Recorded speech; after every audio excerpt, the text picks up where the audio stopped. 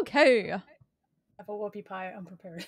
The first thing of the stream, I have a whoopie pie and I'm prepared. I'm prepared. We're I back. have a very, very large coffee. Mm. This would probably work against me. Probably. This is fine. Everything is fine. It's not fine. All right. Welcome back to Wildemount. Or welcome back to Under Wildemount. Deep in the Underdark, somewhere below the Menagerie Coast.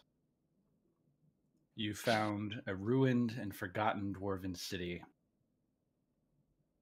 Made contact again with Velus's strangely predatory and enigmatic sister Anessa, who seems curiously interested in your destination, declined her offer of aid, and instead entreated Sarenrae for hers. Elias's call for divine intervention was answered, and a spirit of a long-dead dwarven priest appeared, granting each of you a boon, a protection from the eyes and senses of aberrant creatures that would last for a day.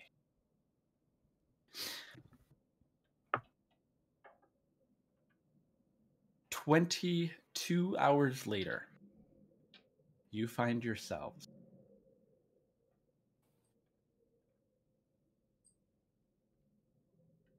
at the shore of a massive underground lake. Probably almost a mile across, maybe 2-3 times that long. And you can see all across the water reflections, almost as if it was a mirror of a starry sky. Because in the ceiling of this cavern are numerous spires, still alight with the enchantments from the drow who once lived there, who have long since disappeared or have been eaten by the mind flayers that now take up residence in this also forgotten drow city.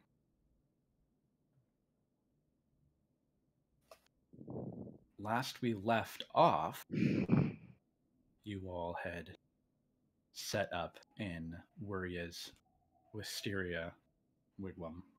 Probably gray, just to avoid, Yeah. Yeah, detection. very gray. No, I mean, the 22 no pretty hours lights. would include the long rest, so. Yes. Yeah, we Mhm. had 2 after the rest. Right. So Yeah. you have finished your long rest. The Cool. group of One small thing. Yes. Sorry. I don't have to RP it out, but I sure. will say that on the rest, on the watch, Velus was going to ask Elias if he could show him how to do some healing magic, maybe? Because I can technically take Cure Wounds as a ranger. Oh, So... He gonna will switch try. that. the more Not heals, the die, better. please. First, you have to Yeah. follow a god, and then Yeah, we were all talking about like who could. first you have to follow a teach god that you're not Alice going to punch in the healing face, and then Yeah. I mean, Leah also could. Hmm. Leah also knows. Yeah, I mean, Alright. so I could can Waria, explain the except Waria basics, would be like, but- well, there's Mhm. music and then there's healing. I don't know. Just sing, though. Yeah. Just first you sing. have to have a song in your heart, and then you. Yeah. Mhm. Yeah, I don't want to take a bunch of time with it, but I just Find your wanted... happy thought, and then Right. The mind flare that you had observed when you first got down to the small inlet, the sort of the river that splashed down to feed into this lake, has long since left with the large contingent of thralls. They slowly drifted away on what was a sort of large raft made from what appeared to be like petrified mushrooms. And they went far beyond your ability to see in the dark towards where the spires are, which are, probably maybe a quarter mile out. You can see from here you're kind of I had intended on drawing a map and all of that, and every time I sat down I'm just like, I'm so tired, and I ended up never drawing a map. So theater of the mind. Think of it sort of as a long jagged oval shape, longer than it is wide or tall, and you're a little away off the middle. It's sort of like a small cavern that's kind of at the very, very, very edge. The lake itself extends in either direction, and the spires themselves are the ceiling kind of slopes up gradually and then sharply inclines from where you're at, to where it then goes beyond your sight. But the spires, you estimate, are probably anywhere from 200 to 300 feet above the surface of the water, way out there. You can see in some places it dips down low, and in other places it goes up quite a ways beyond what you can see from this angle. Are the spires You just have- lighting, or is it structures? So from what you can see, there are a few natural stalactites that are just large and massive in size. And clustered around that, you can see what look to be other structures. From this far away, it's hard to tell if they're completely natural or some combination of construction plus nature. But So basically, you can we're trying tell to get to the ceiling. Right. And from here, you can see Cormac, that thank you there so much for are. the follow. Welcome. Oh, let me switch my Uh, sound settings back over. I realized I Velis, set you them on for recognized VR. instantly as the very typical fairy fire, like permanent fairy fire that's used to create light and decoration. And you can just kind of see it twinkling, largely clustered around 3 large spires that you can see from this angle.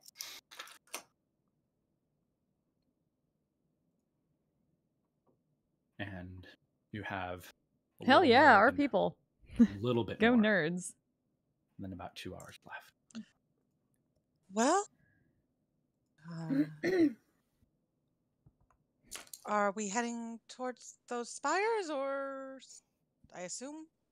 We need some Yes, sir. plan so that we don't bring the whole place down on our heads when we get in there, especially if it takes us longer than 2 hours in there. I support not bringing the entire place down on Also- our heads. I don't they believe don't the I plan don't- in that case is to not draw attention, I, but that is difficult. I've never been to a place like this, so she just sort of like looks between Velis and Aiden, who have a little bit Yeah. more experience with like dark places, because she is not. Like, so open to suggestions, I guess. Climbing gear, but I don't have enough to reach all the way up there. Yeah. I mean, They were on the water, so presumably there's some way to get down there, up there. yeah, we have the broom, but that can't carry enough people easily, and We don't really have enough time to ferry people back and forth. that's was sort of my point.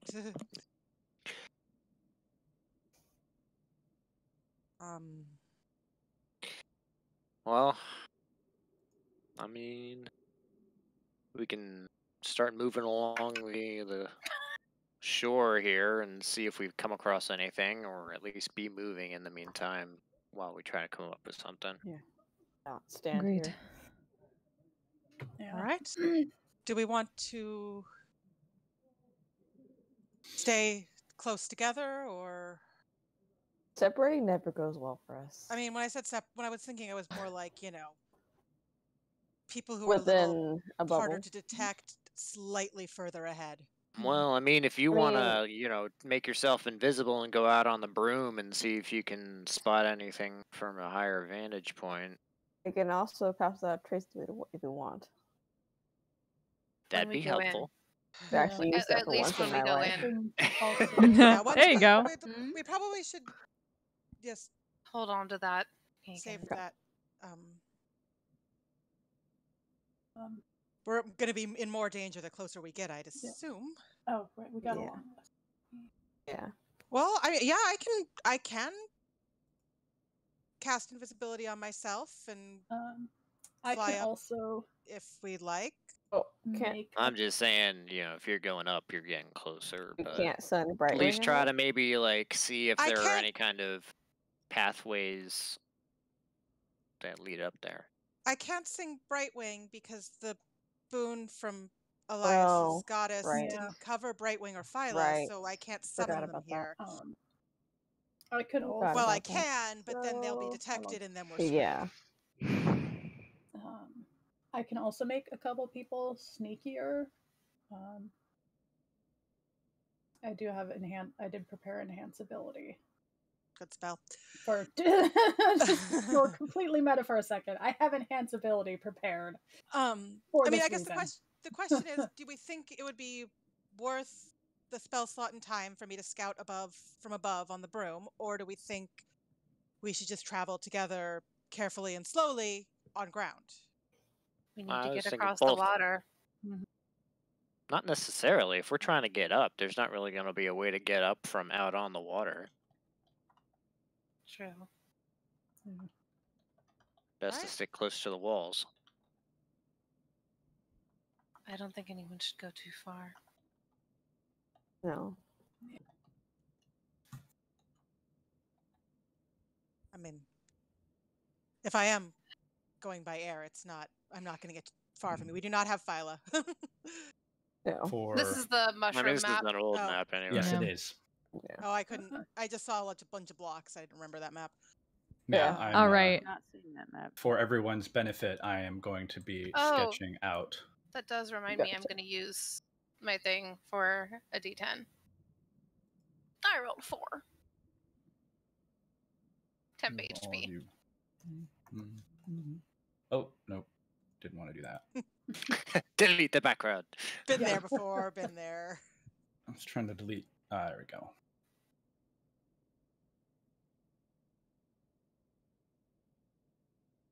Okay, so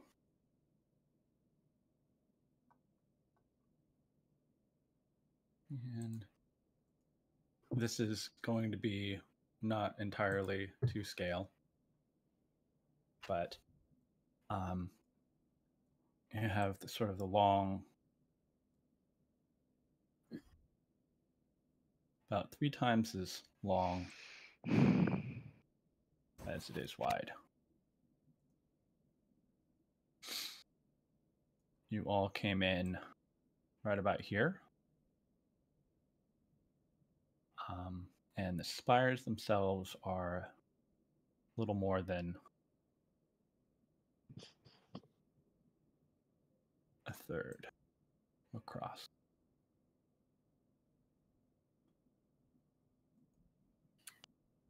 Would this particular architecture be familiar in any way that I would have an idea how it would be built to be accessed? Well, it's really easy if you're a drow because you can levitate. I can. Yeah. Many drow can. So Yeah. very, very likely, there are probably cavern systems above that connect with the greater environs. But judging by the fact that there was a raft that had a bunch of mindless mind flayer thralls on it, you'd presume, I think everyone could probably deduce that there's something on the water somewhere down there underneath. But let's see. As well as 500. So I would say on this map, roughly speaking, each square is about 500 feet or so, give or take. We need a way to cross the water. Yeah. There'll be a way up out there. Well, there was one earlier, but Aiden, don't fucking start.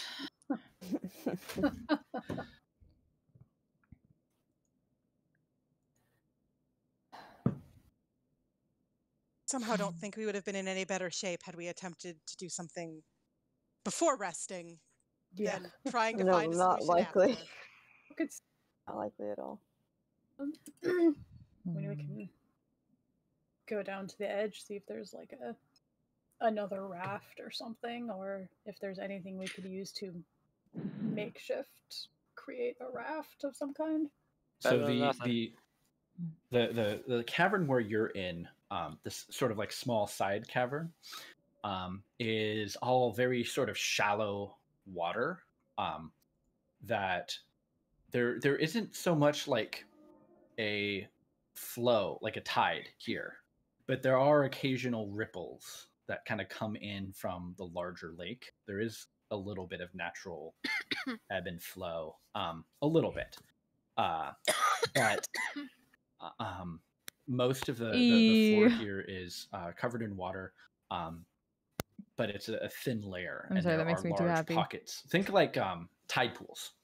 That You bard know, so character's name there's doesn't flow. areas of stone that are slightly raised, that are drier than normal, but there is no shoreline as such, at least here. You can see it basically, it's just sort of like cavern walls that then kind of opens up, and the water just goes up against the cave structure. So there isn't really a shore that you can see, at least from your vantage point.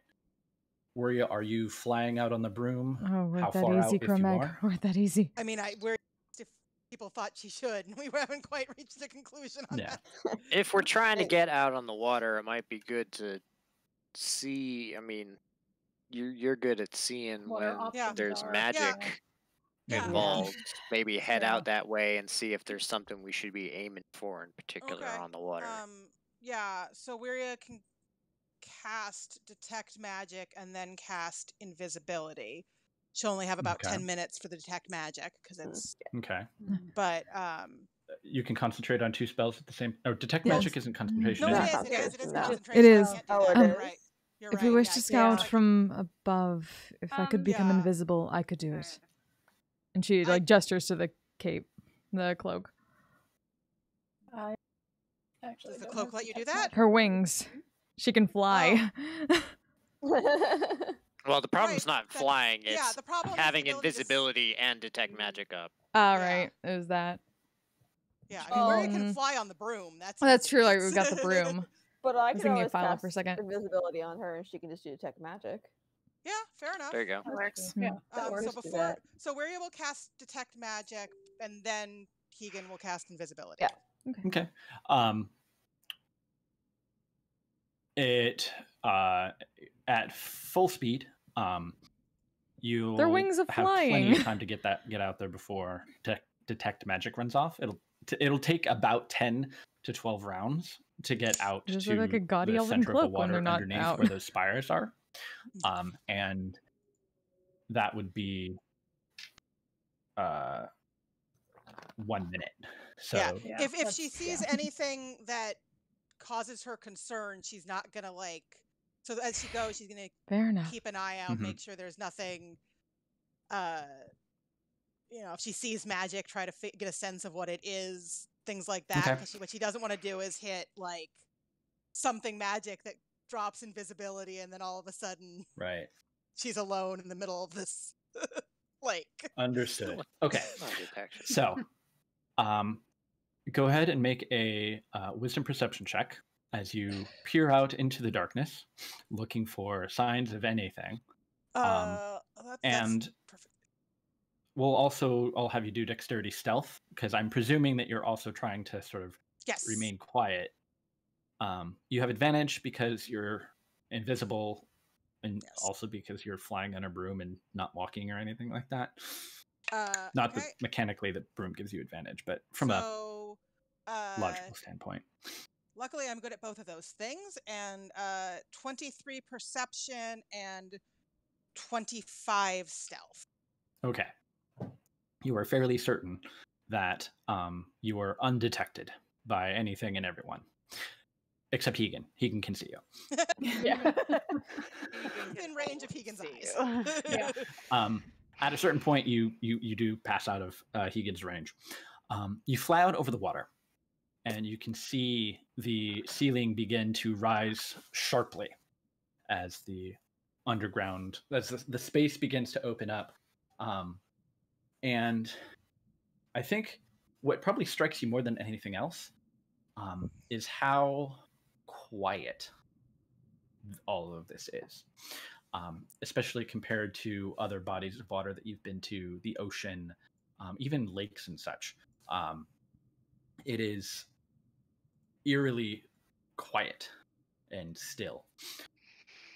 As you begin to approach those spires, you can see that the lights that are covering them, from afar, they look sort of like almost like twinkling little lights and whatnot. But as you get closer, you notice that what may have very a long time ago been fantastically ornate and detailed architecture with very elven aesthetic ostentatiousness engraved on everything with fairy fire enhancements, sort of, think like Tokyo at night, kind of just very everything, very intense in terms of sensation, which Oh, we're glad. sort of parallels what you've learned about the hedonistic lifestyle of the Underdark Drow, is in ruins. Where there are fairy fire enchantments, they appear weak, many of them flickering, many of them very dim, and only the brightest you were actually able to see from the shore, or from the side of the cavern. The spires, as you get closer, there's 3 large spires, one of them being the largest, stretching down the furthest, closest to the water. Probably still a good 200 feet plus above the surface of the water. But the spire itself is massive. It's probably at least 200 feet just exposed from the ceiling itself. There are 2 other large spires, and interspersed between them all are a series of other smaller various shapes of maybe at one point it would have looked like web, but it almost looks like rock formations that are in the shapes of webs, like calcified almost. But a lot of it is broken apart and crumbling. You can see in a couple of different places where what may have been a large stalactite or structure had broken off and fallen. These are definitely the ruins and the remains of a very once beautiful and glorious dark elven city. Under all of these spires, on the surface of the lake itself, as you approach, you can see a large, almost maybe manufactured island. It looks as if it's a almost somewhat adrift, a large platform of almost like a series of rafts that are all just kind of jammed together and lashed together. It's probably 100 feet on a side, and you can see dozens of figures, humanoids, kind of sitting, standing, or milling about. And from this distance, as you approach, you can see the silhouettes of humans, elves, dwarves, even a couple of dark elves, and figures that you may not have seen in person, but you're guessing by their skin tones and stature, probably a few Dwergar and even some deep gnomes. But they, all of them, look listless, pale, very pale. What clothes they have, if any, are tattered, threadbare, and worn. And being invisible and completely unseen, nobody seems to. None of them have any response to you approaching. There is a. Thus far, you're not close enough to any of the spires to detect magic.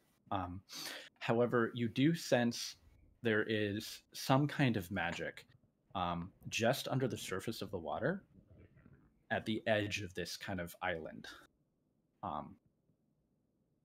And you don't recognize the school of magic. It's unusual. You're not sure what it is. But you can tell that it's some kind of platform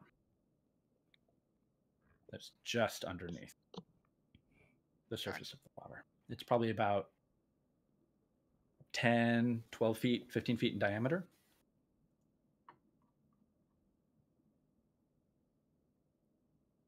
But the whole thing, seems like it's been enchanted with whatever this is.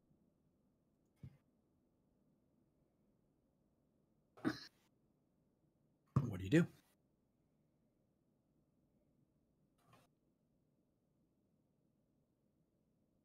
Think I will fly back to the others. I don't want to get closer to the spires without them knowing I'm doing that. Delicious hamburger, cheeseburger. So What could possibly go wrong? right. So I fly back to the others. I land. I stay invisible because he can cast it, and why drop it when I don't have to? And I let them know that what I saw, and there is something magic under the water. Oh yeah, that's Haku. I've never seen magic like that, so I can't even tell you what it is. It's some sort of platform. I mean, I guess. Hey, Wobbly Lobster, how you doing? Simplest theory, that's We're getting probably there. how they get up, but I don't actually know because I can't. Like, I've seen a lot of magic, and I've never seen that. Well, you can hardly ride up with all of those people out there. Yeah. Well, they weren't. This was a separate thing. It's not like. Oh, okay. Everybody up. Yeah. Yeah. Yeah, There was a big raft kind of thing, and then there was a smaller platform. A smaller. Okay. Yeah. Sorry. It looks like it was sounds basically a constructed floating island. Yeah. Roughly put together, made up of a bunch of petrified mushroom that's relatively buoyant. And then there was this other platform where you didn't spend much time inspecting it, other than just sort of like, that's magic, before she booked out. So other than looking like stone underneath the surface, just underneath the surface of the water, you don't have much other information about it. No signs of any mind flayers in that group? None at all. Yeah, I mean, they all looked like slaves. Any So half-elves? I don't. You didn't specify half elves. You didn't really look too closely. Yeah, you saw elven profiles. You saw humans and dwarves. Far fewer dark elves than anything else. Yeah. I mean, maybe it's, without getting fairly close, telling half elf from elf or human isn't always the simplest. But I mean, there were humans, there were elves. There were Well, let's just figure out how to dwarves. get out there. Sounds like the best plan.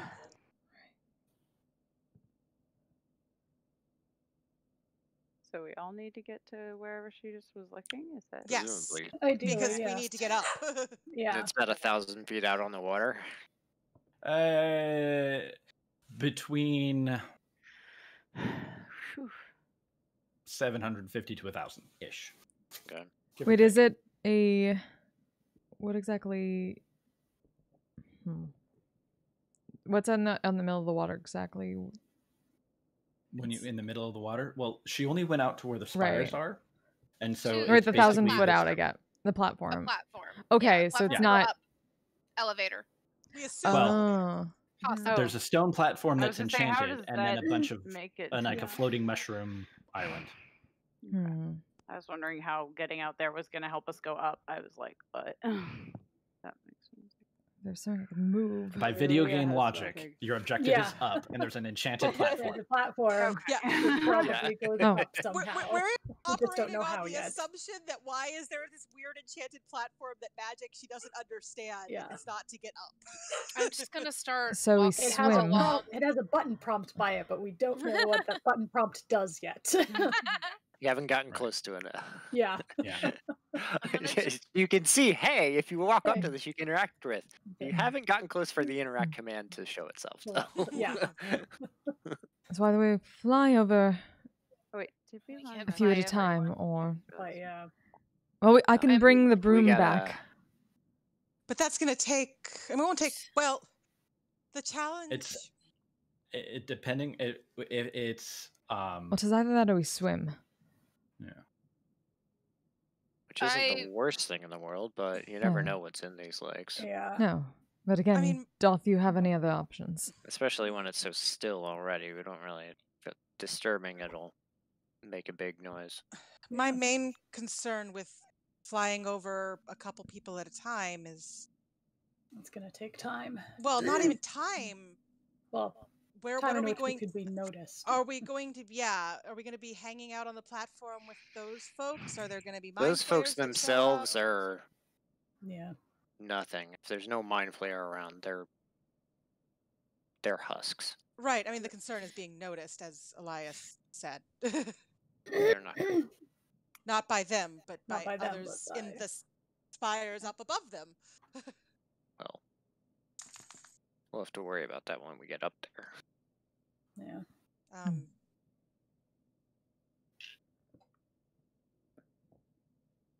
And unless anyone hath a third option, those are our two. You didn't Well, happen to It's see either like we a fly boat? everybody back and forth out to the platform, we fly everybody back and forth up to the spires themselves, or find some other Without way of being getting out to that seen, though. platform. I mean, I'd rather fly forth the platform where everyone's at least not likely to run into a mind flare within a few seconds.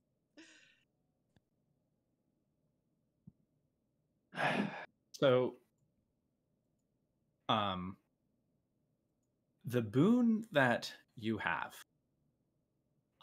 thus far, renders you imperceptible to aberration.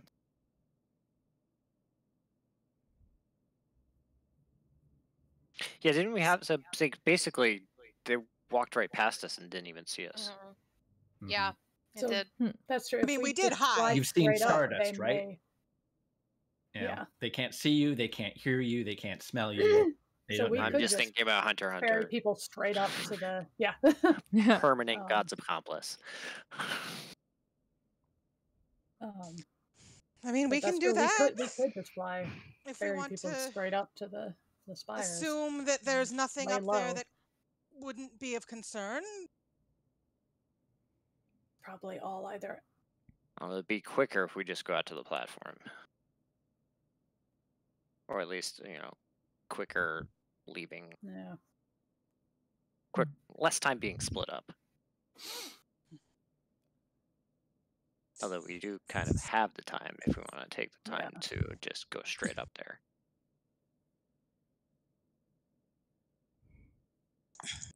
Well, how many? We have the broom and we have Purnell. Mm-hmm. We have the But I broom would have and to we have carry Purnell. somebody. I don't know.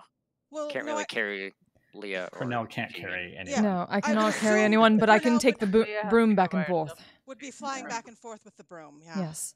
Leah has to fly on the broom by herself. Yeah, too, we for could sure. take. Well, I mean, really, only Wiria can fly on the broom with somebody.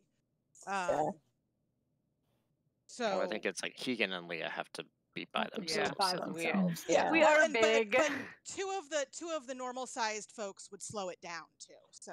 Mm-hmm. Mm-hmm. So for simplicity's sake, we'll say that from where you're currently at the edge of these sort of algae tide pools to the Mushroom Island is 720 feet. Okay. Okay. I can do 120 per round. That means at 30 feet per round, it would take 24 rounds to go out there carrying a person on the broom. So If one person takes a broom by themselves and Purnell just flies out there with them and then like literally schleps the broom back, then it's it's about 6 14 rounds and a half rounds by myself. So it'd be faster to just Yeah, basically have you can move Purnell 50 feet escort per round. someone. Okay. How long do Purnell's wings last? Yeah. It should be an hour. Like an hour? Mm-hmm.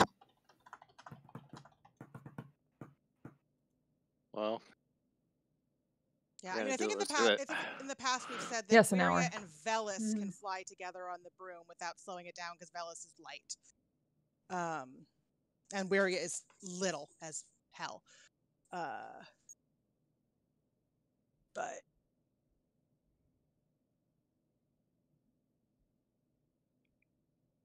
What's Purnell's flight speed on her own?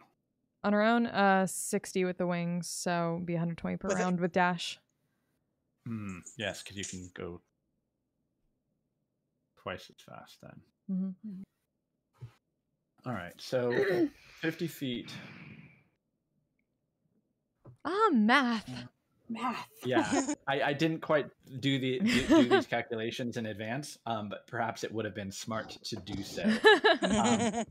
All right, so 720 feet divided by 50 times 6 equals the number of seconds for one trip out plus 720. No, because if you're on a broom and you can go 50 and you dash, that's 100. So 100 times 6 plus 720 divided by 120 times 6. Okay, so considering the timing for everything, it would take to get all of Elias and Velis and Aiden, because you're the lighter ones, and then Keegan and Leah would be slower. All in all, it would probably take maybe about 15 minutes, roughly speaking, given time to hand things off and to dismount and remount and whatnot. About 15 minutes to ferry everyone out there. With the time that Wiria spent scouting and the time that's been spent in discussion,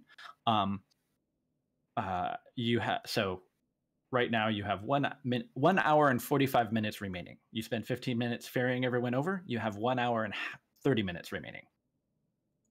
Okay. Roughly that speaking, seems like the fastest option we've got. Yeah. I rounded some numbers up and down. So, all right. Well, Velis, you and I over. I'll go last. All right.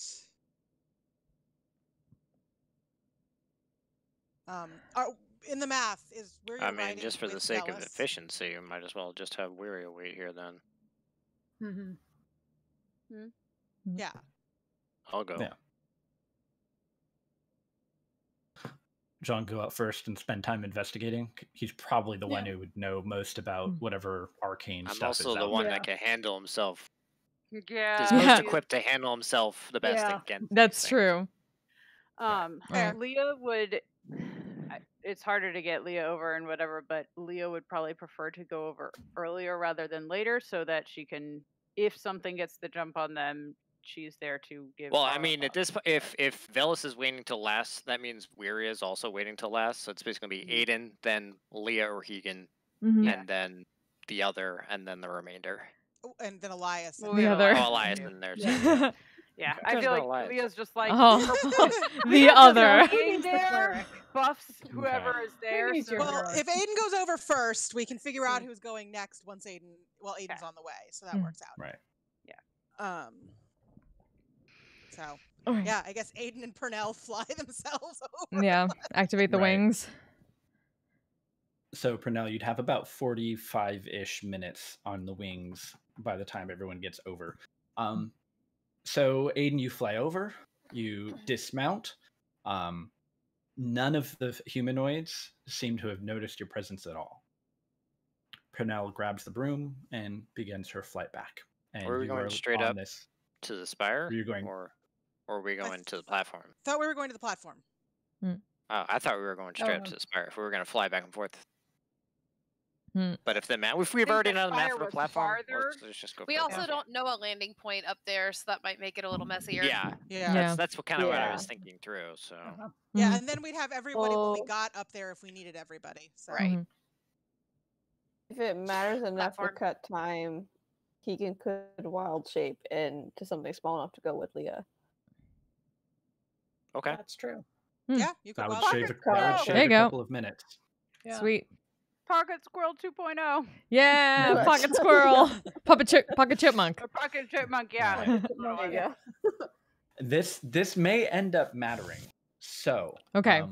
I will say that it's going to cut 2 minutes off of the 15 minutes. Okay. Yeah, at this Um, point, since we're so close, we want to track it by the minute. Yeah, it's true. Yeah. Right. Okay. Sweet. So Aiden first. Then I would guess it would be Leah and Pocket Keegan. Squirrel, Pocket Ian Chipmunk, Pocket Keegan. Squirrel. Pocket chip- and then Little Elias, Scaly squirrel. and then Pocket Keegan. And then Velis and Pocket Waria. Hegan. Pocket Hegan. It's just a lizard. Just imagining It's like, tiny yeah, little it's just like a boy. little gecko. once I get Yeah, over it's there, I'm definitely gonna a gecko. start looking around. I mean, I'm blue assuming gecko. basically we're just dropping right on the platform, and then I will Hmm. look around and see if I can figure out how it works. Okay. Go ahead and make an Arcana check. You already know it's magical, so the Arcana will tell you a little bit more information about. Not one. Oh, I mean, get Um, out now. Fair. This isn't the biggest deal. that's fair. All right. I have proficiency though. So. Hmm. It's unfortunate. Oh, there we go. That was. I don't know why. All right. I needed large, bold. Okay. So, I feel like I'm a little more This- distracted looking through all the. well, I was going to People. say, as you begin to inspect this platform, kind of, you could see perfectly well in the dark. There are, Uh-huh. other than like the fairy fire lights up above, there are no light sources down here. But you can still see under maybe the inch or so of water to the stone platform. It looks as if it is a single large stone disc that's carved, and you can see runic engravings on them. They look nothing at all like anything that you have ever seen before. Now you can read all writing, and you know that this is not deep speech, but it looks. It's one of those things where it's not sort of so much written language, as it is sort of more of a runic symbology. Mm-hmm. But this looks almost like some kind of ancient celestial, like pre-civilization iconography, if anything. It's very unusual. You have not ever seen anything like this before. Yeah, I'm And it just is kind of nothing at wondering, all. what is something like this doing here?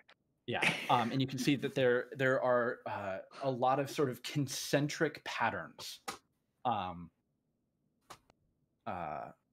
of geometric shapes that sort of kind of Mandelbrot style, like repeated patterns carved into them in various ways. This is not at all illithid magic. You're not sure where this comes from or what it is. Because it It's doesn't very seem drow unusual. either, right? Oh, no, definitely not. Yeah, Aiden is definitely just kind of like, why is this here then? This is not what I was expecting. He can't figure It's out a 'cause he's so mystery. confused. Archaeology brain taking over. Right. Yeah. The humanoid figures pay you absolutely no mind. Now, looking out over them, you don't see. You would probably be very quickly. I be would able pick to out my pick brother out pretty fast. half elves and your brother, and he is for sure not among these 100 or so figures. Mental sigh of relief. Yeah, you can see they are emaciated, malnourished, but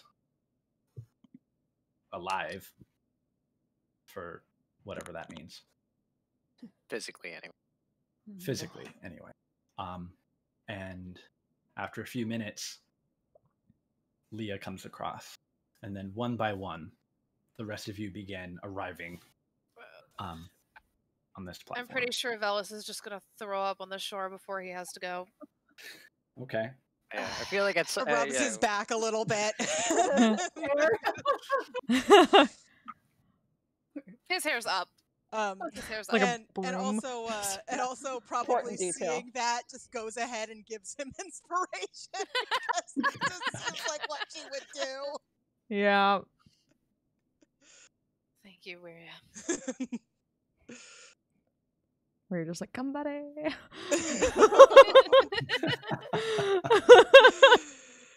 Less Japanese, Aiden's but probably yes. Aiden's probably kneeling like in the water, like just kind of like tracing over the carvings with his finger. Definitely like He's very just on intrigued, Twitter. but yeah. like When Yeah. we As do soon get as- over at the end, As soon as Leo would get there, I feel like she would be curious as to what had his attention so much, just given how focused he was on finding things before. But Yeah, he's it's relevant. the investigation, I am going to presume, takes longer than or almost as long as everyone to like come over. But yeah, it's strange. it's nothing that Leo recognizes. Oh no, this is very unusual. Well, You have the wings. I don't know. fold. She knows weird stuff and not normal stuff. That's fair. This is definitely not natural. when Wiria does get over, she'll ask Aiden, "Do you have any idea what it is?" Don't just a weird. It's not illithid. It's not drow. It's something else. I mean, I can take a minute and try to identify it. I didn't recognize the magic either. It was strange. Why is something like this in the Underdark? And it's weird for you to not recognize something. I can Werner. take it. I don't know. Is there any way I could swing this as a religion? Go for it. If it's celestial. Yeah. I mean, well, there are. Do you speak or read Celestial? I do not. Okay. I mean, So I don't know if Aiden has shared the illustration from a class. book I saw sometime. I mean, yeah, he would probably, he'd probably start elaborating a bit Oh, right. yeah. on just like Go the ahead and make a nature of religion it, check. that it just does not belong here. Right. At least in his mind. I mean, was there any writing in Celestial? Because Aiden can read that, can't he? I mean, it's not less of it's a not written message and more of a iconography. Oh, Yeah. right. It's not a language. It's Like, as such as a. as 15? soon as 15. Um. some of it seems familiar, just in the sense that this is definitely like celestial. Like you don't necessarily need to be able to speak Korean or Japanese to like recognize, oh, this is Japanese or Korean, you know, the letter forms. And so you have seen celestial in various incarnations, usually in iconography around the Raven Queen. And so it's like, yeah, there's some similarity, but this is whatever this is like, this is old, like early pre-calamity, like way pre-calamity kind of thing. Would this be anything that Pernell would recognize from like history, like her history?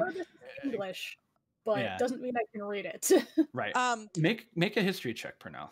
While this is all happening, after Wiria says she could try to identify it, if no one has any immediate better choices, 19? she's just going to go ahead and start casting Identify. That takes a minute, though. A natural 18, so that was good. 19.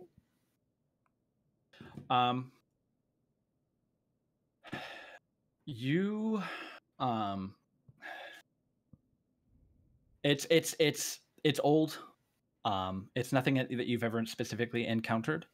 But even in your time, the deities, with the exception of the Raven Queen, were long since firmly established. So if this is something that is older than them, then it's very old indeed. Like with other things down here, this is beyond me. Beyond the gods we know. I don't know, does it remind me of like the ring that I found in the mines? Wait! Oh yeah, that thing.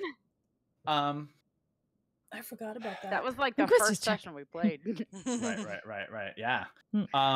No.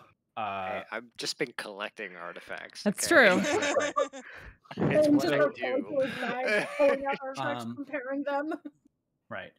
To elaborate a little bit on that ring, because I remember I thought about it a little bit. It's it looks almost as if the writing in it, it's a name of some kind. And so it doesn't really make much sense. But it's almost like a combination of mathematical notations and Goblin. But it was a name.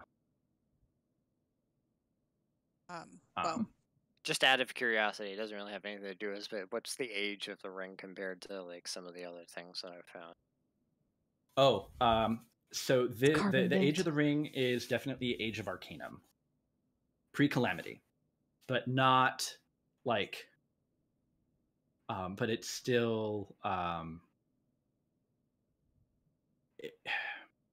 it doesn't feel as proto-language as these runes and stuff do, if that makes sense.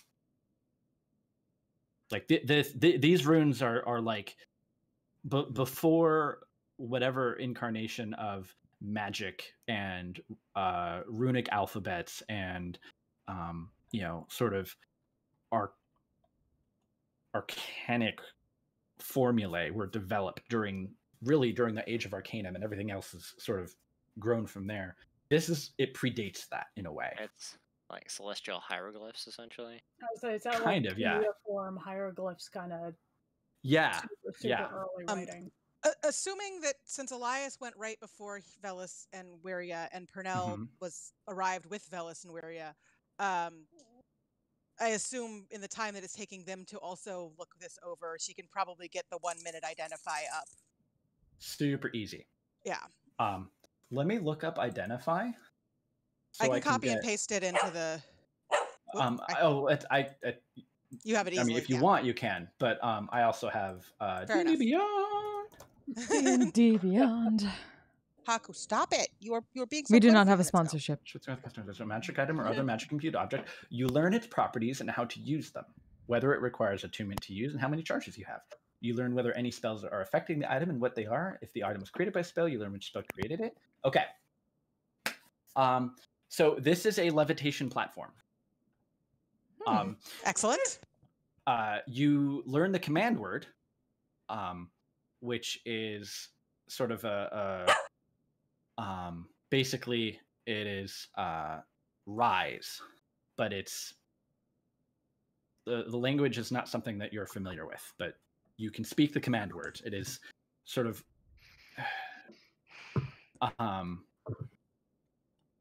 it just sort of pops up in my brain, and I know it pops up in your brain.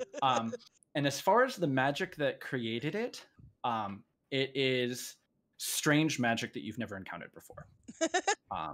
Strange it does not blend with anything. That you've never learned of it. You just know that it is a different school of magic entirely that causes this platform to rise. We're very intrigued by this weird magic she has never encountered before, but also knowing we're in a hurry, we'll say, I can operate, and everyone has seen her like casting a spell for a minute. It's not like this is a surprise. Right.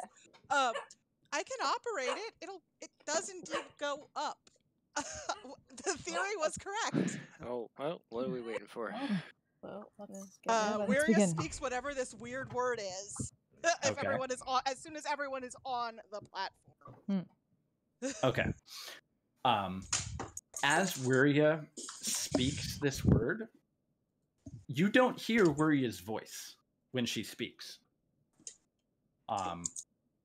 What you hear is more.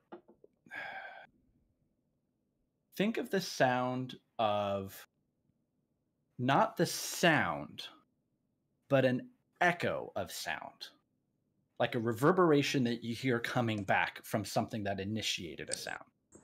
That's what comes out of Wiria's mouth when she speaks this word and activates this platform. That's trippy. I feel like Wiria's just like... And immediately, all of you feel gravity shift as the platform begins to rise up into the air. It's strange in that there's some of you have used flying magic on the broom and such, or like the levitate spell, back in the day when Velis still used his old lineage powers. This is completely different. There's first this feeling of like weightlessness.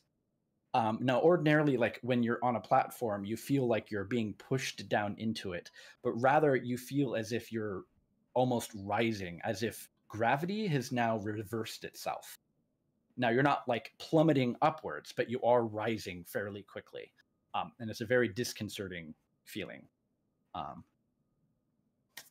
But the platform rises swiftly.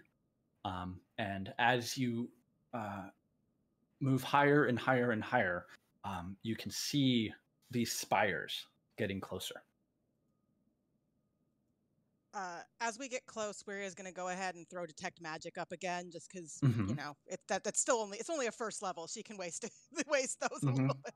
Can we move on the platform at all, or are we just kind of locked in place as we're rising? You can move freely.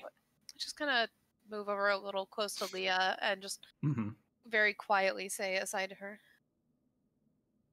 just stay close up here, please.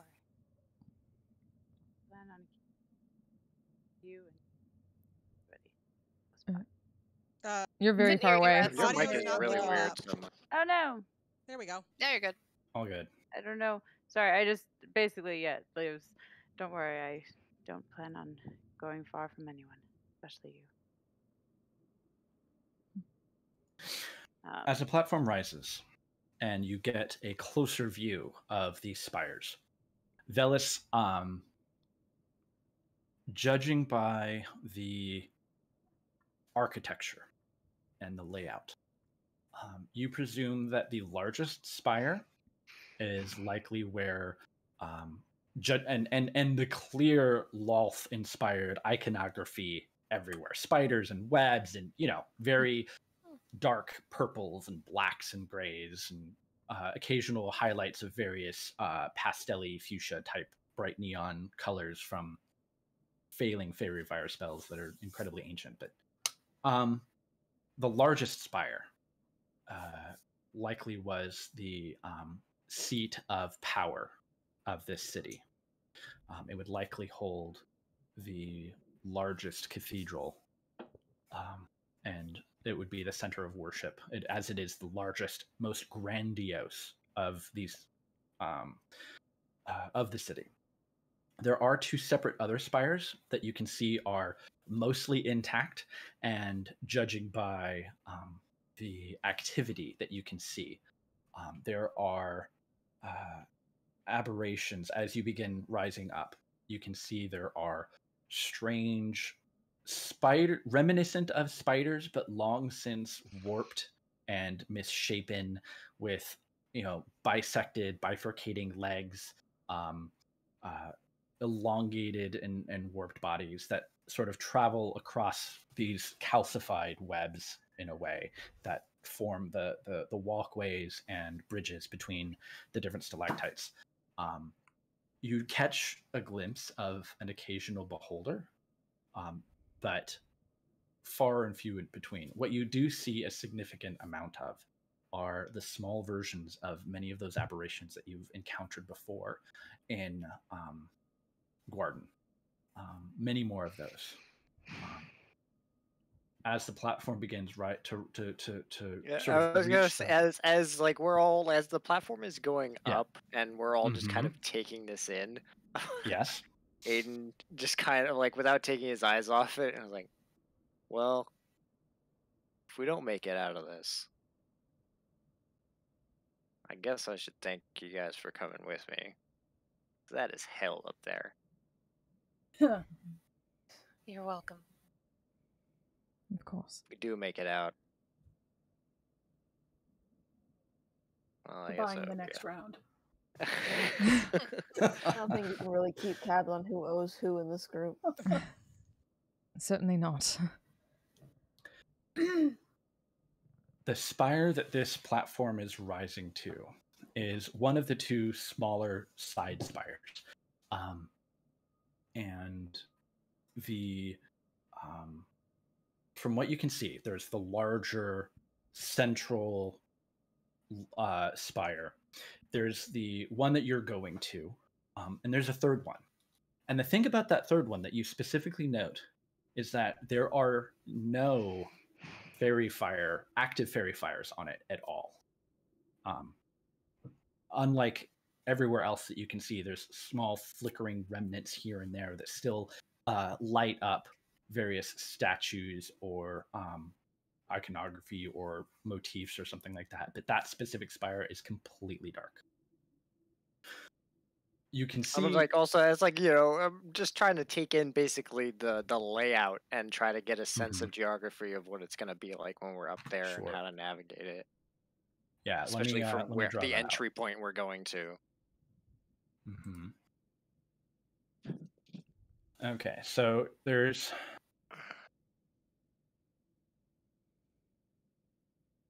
all right. There's going to be a different scale. I should probably put that on the map layer so that you can see it, though. All right.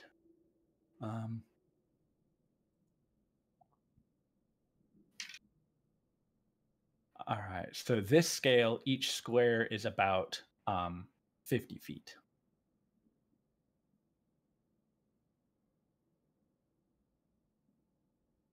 So this larger one that's kind of in the center. And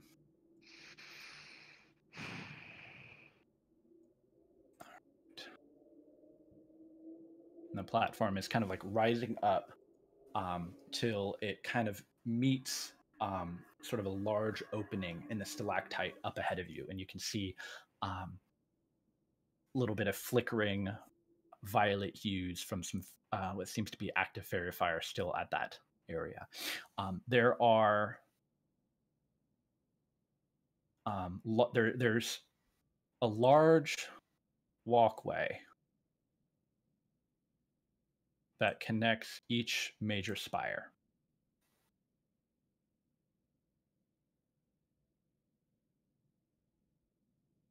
But the walkways are comprised of like sort of a web pattern. There are many intervening stalactites and smaller structures kind of interspersed in and amongst everything at different heights.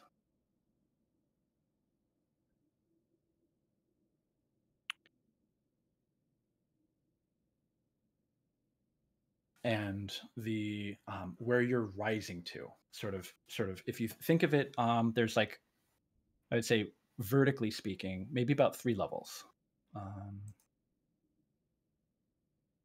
Let's go with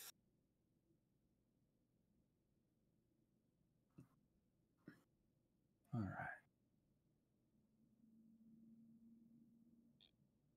Like 3 sort of major heights. I couldn't figure out how to blank screen, blank white page, and I'm just sitting there. I need to draw. I don't know. So I'm kind of figuring it out as I go. Nothing like immediate pressure to get you to do it. Exactly. It's fine. Everything's fine. All right. So the largest spire. Judge now. I would say Velis, you'd probably recognize this in that. The closer to the tip, so if you think of it as almost like an inverted tower, the lower the level would be the higher the tower, so to speak. All right, so this is green. And go with violet. And with yellow.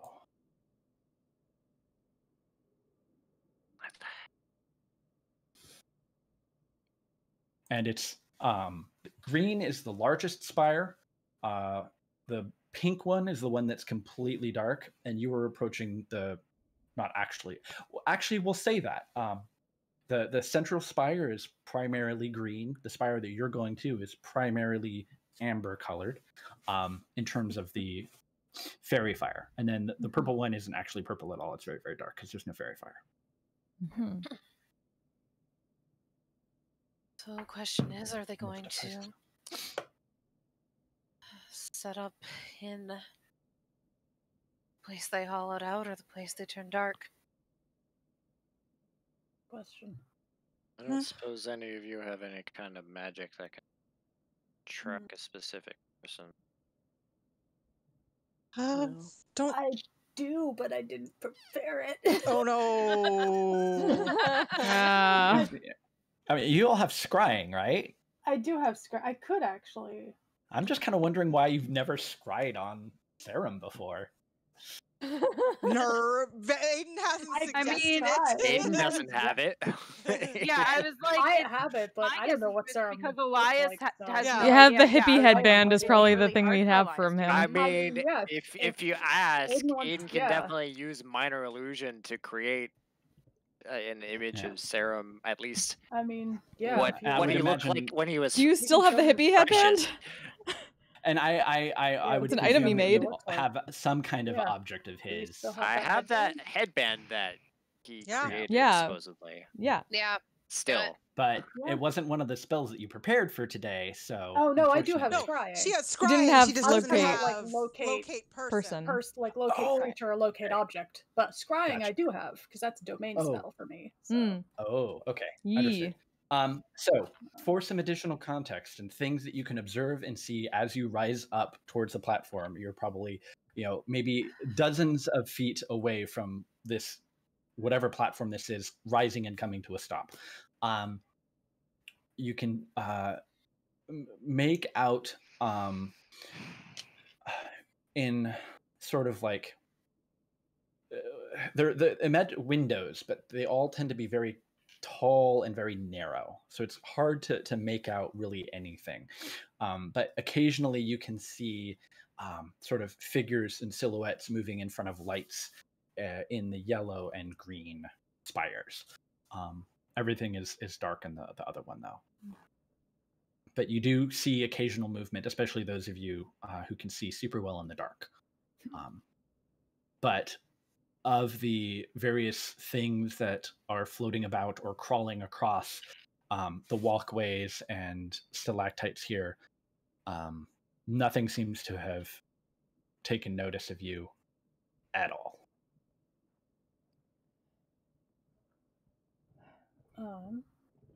I mean, well, yeah, if we can take 10 minutes and Aiden wants to give me a description and that headband, I can attempt to scry on Sarah.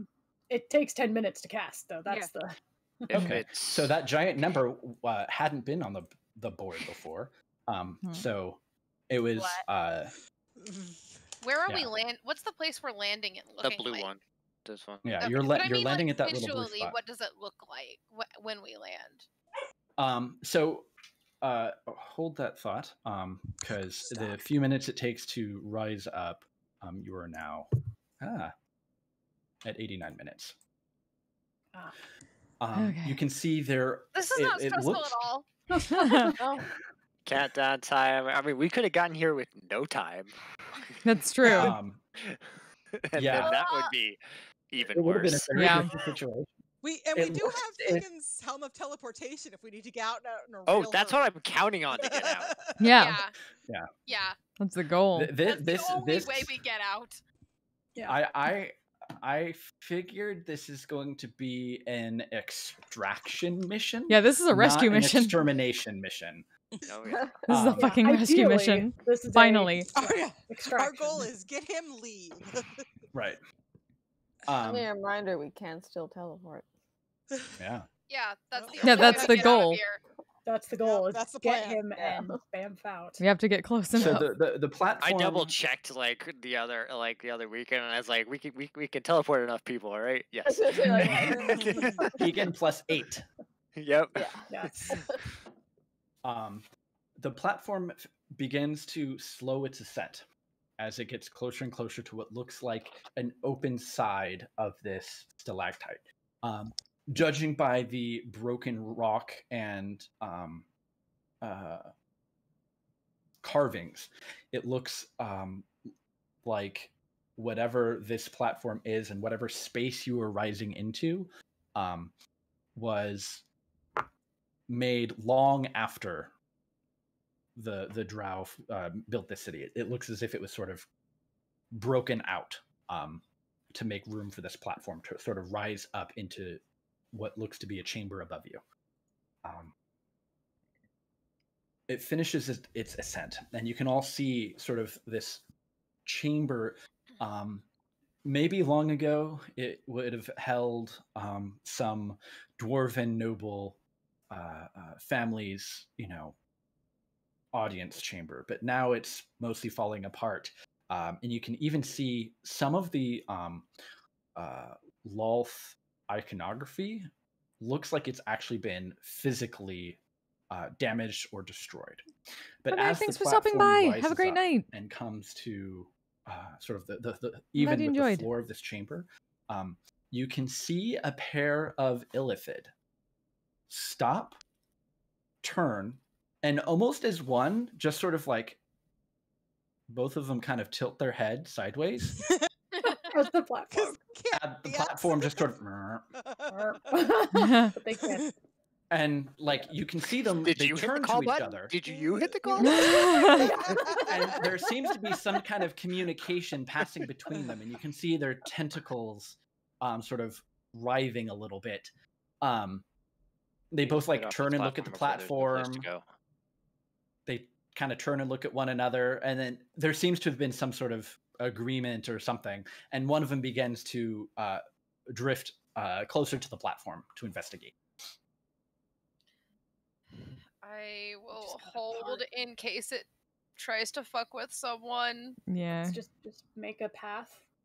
Like we need to get off this platform so it doesn't back us off. Around as We just kind of like move as soon as people. possible and usher people. Yeah, so you all sort of just like Jack, make thank way you so much for the as this bits. mind How are you flare just doing? kind of like it steps out onto the platform. It like looks around, and it looks back at the other mind flare. it's difficult to read their facial expressions because these are alien creatures. But Good, glad to hear. you're fairly certain that they are confused. So far, we've confused some mind Can you players, so that's send it always a down with plus. him on it? I mean, Waria knows the command word. Waria says the word after everyone of us is off the platform to see what happens. All right. You say the word, and the platform immediately like drops with the illithid on it, and it like is startled, and it's like eventually starts levitating back up as the platform.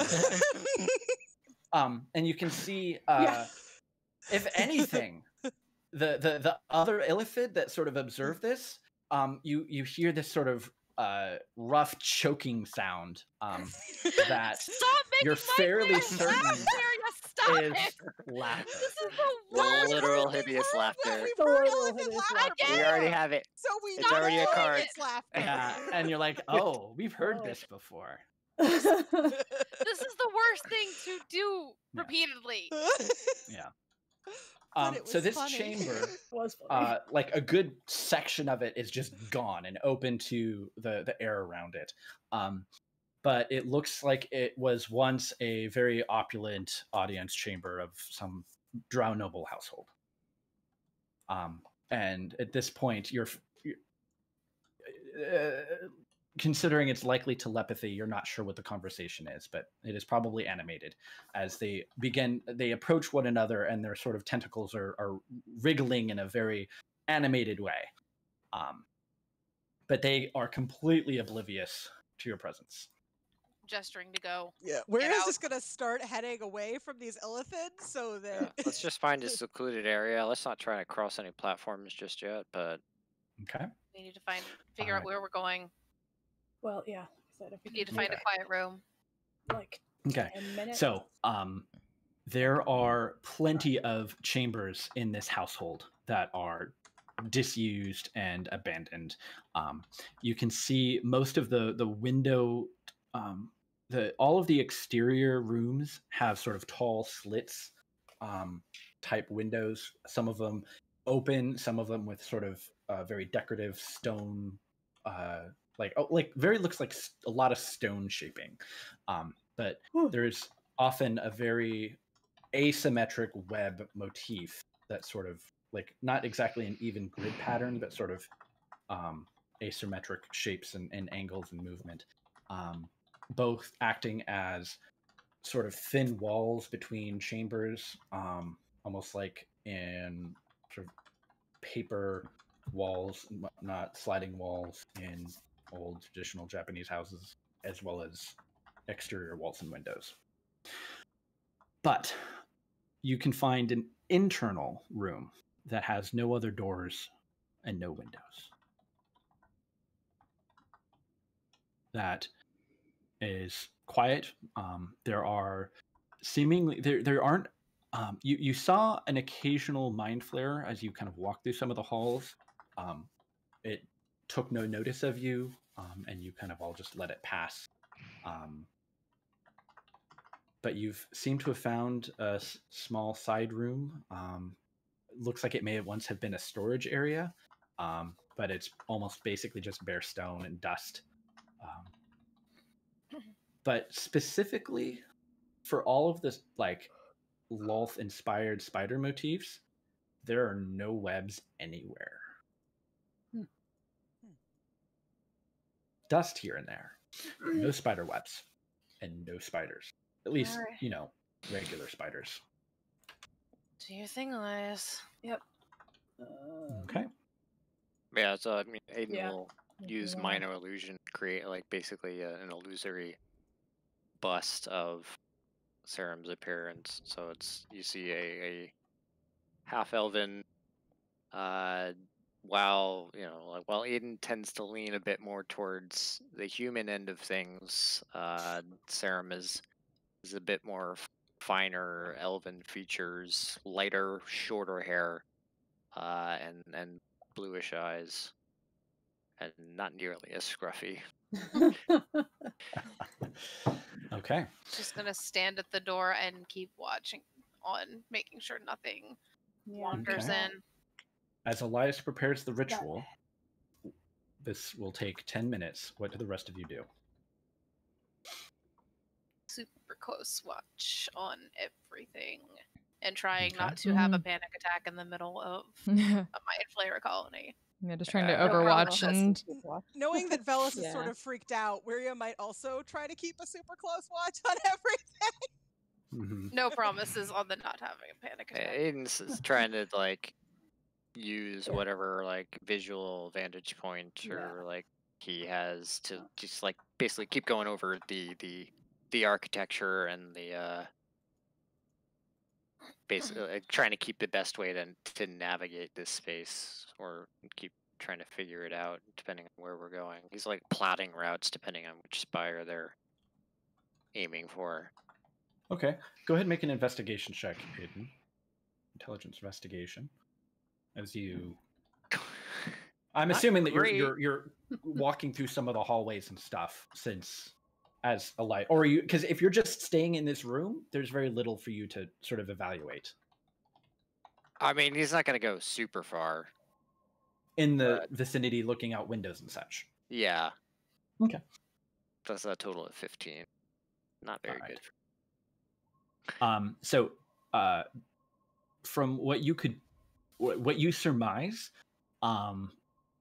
there are two large bridges of sorts that extend from this yellow spire one to the darkened spire. You know what? I think I will. Let's see. I'll do this. Yeah, I feel like that's the main thing. Is like, do we have to go like up or down levels to get to where the bridges connect on this spire? Yes. So from what you can tell, you would need to go down. Actually, no. You'd need to go up to connect to both. Okay. You kind of came in near the bottom of the yellow spire. The network bridges are sort of at the highest level of each of the spires. So they're closer to the ceiling than they are to the bottom of the thing. Okay. Is there anything that anyone else would want to do while Elias is prepping that? Velis is also just kind of, he keeps fidgeting with the clasp of his cloak, but that's all. Okay. Dark for shadows. Go back and forth between keeping an eye out for things and then also peeking at Velis to make sure he's okay, and Aiden at this point, given he's probably it once looks again like he's antsy. antsy to get moving, Yeah. but he doesn't look like he's gonna tear off on his own. Okay. So nobody else is doing anything. Yeah, I think keeping an eye out, and that's about it. Yeah. Yeah, Right. pretty much just watching. Yeah. Elias, Yeah. what's the saving throw on your scrying spell? So it's a wisdom 18. It's a wisdom saving throw DC 18. Okay. And since I have a likeness of him, and we have that headband, right? Would that And help you have an too? object that's associated with him. Associated with him, so that affects. Okay. Yeah, because this says save modifier is -2 for likeness or picture, -4 for possession or garment. Mm-hmm. Okay. All right.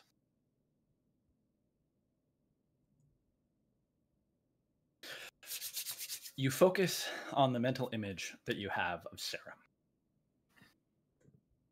concentrating on the figure in your mind.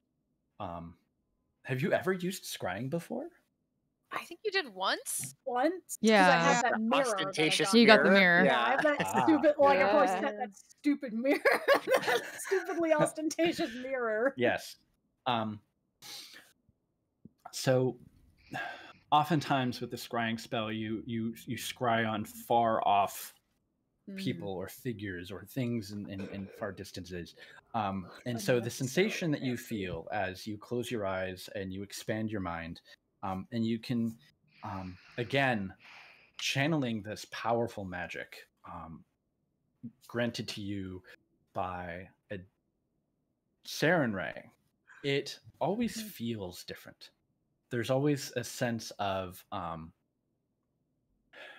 it's that feeling that you get around Winter's Crest when families gather together. It's that sense of belonging, of familiarity, of home, rather than sort of a cold, fathomless, uncaring. You know, it's always very different. And at first, your sight, your vision is hazy. It's kind of like a dream in that the edges are blurred.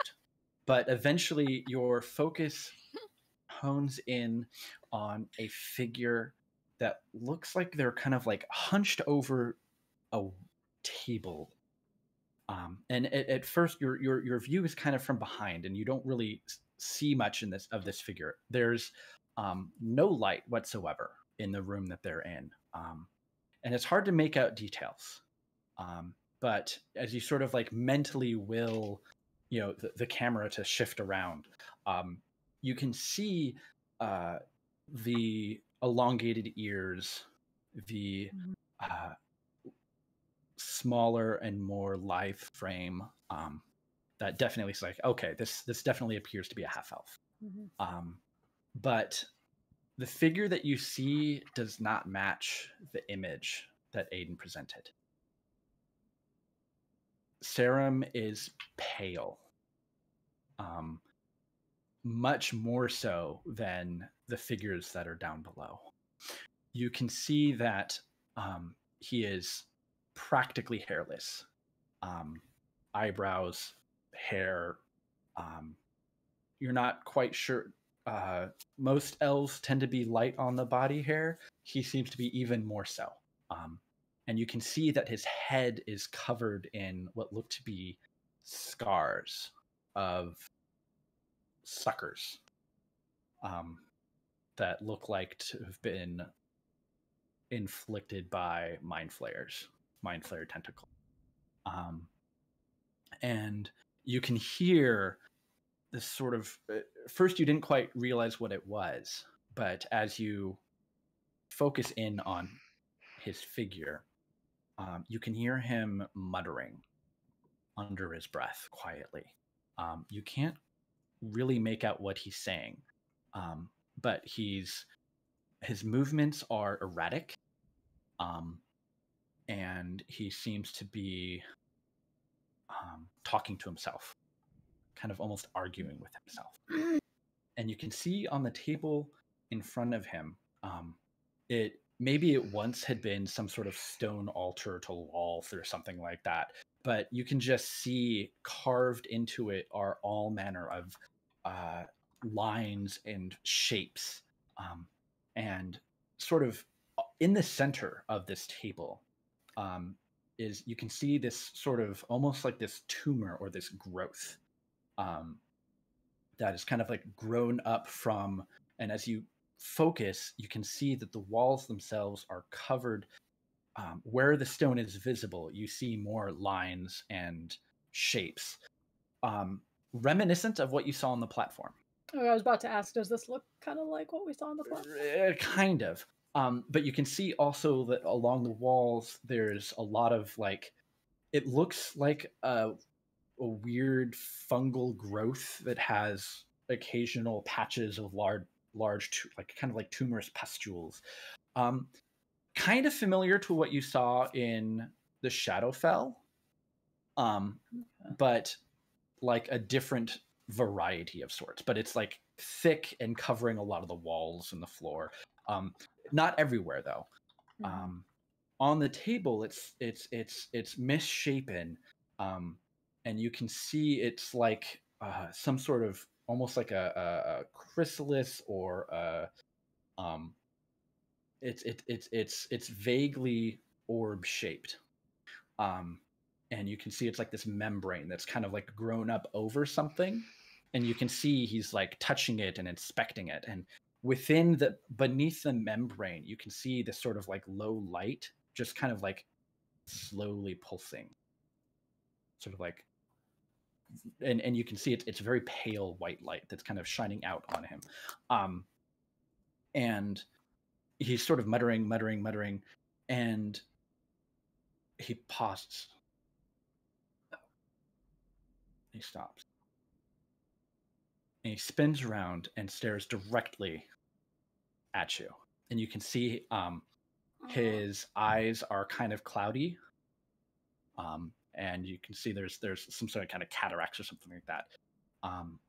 And he's just sort of staring at you, muttering. The muttering hasn't stopped. And he cocks his head a little. And you can see him mouthing words, but you can't really make out what he's saying. It's kind of like a mishmash of you're picking out snippets of like Elven, Common, maybe even Deep Speech. You've heard it often enough, along with smatterings of other things. It's kind of like all jumbled together, and you can't quite make out really what he's saying, but he's definitely sensed your presence.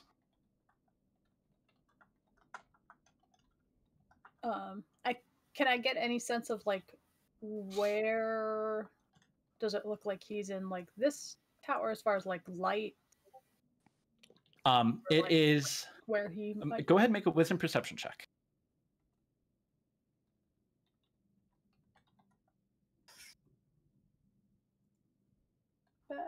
Oh, that's right, I have advantage on perception. I will take that 11. That is a 16. Okay. So from what you can tell, this might be an interior room, given that you can't really see any lights, because like kind of as you're walking through the spire that you were in, pretty much any exterior view you could see fairy fire and other things through windows, and there's almost always a little bit of light coming in. So wherever he is, it's in an internal chamber, and it's got a lot of that sort of strange stuff growing all over it. Okay. But you can't really make out much more than that.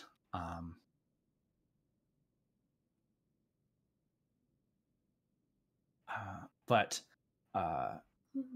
as you're observing him and he's sort of staring at you, you get this sense of like a presence. And you can see sort of out of the corner. Your vision is focused on him because of the effects of the spell, so it's difficult to actually perceive other things. But you do get the feeling that another presence has entered the room, and Sarum turns, and you can see him. Like again, it's that same sort of strange mouthing, but he's not vocalizing.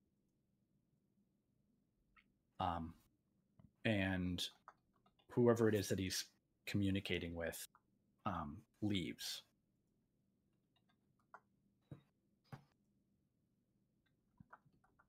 And Sarum kind of turns and looks over his shoulder at like where your scrying is. Yeah. And then he just kind of like turns his attention back to that strange light in that underneath the membrane. He's sort of like poking at it, and you can see he's got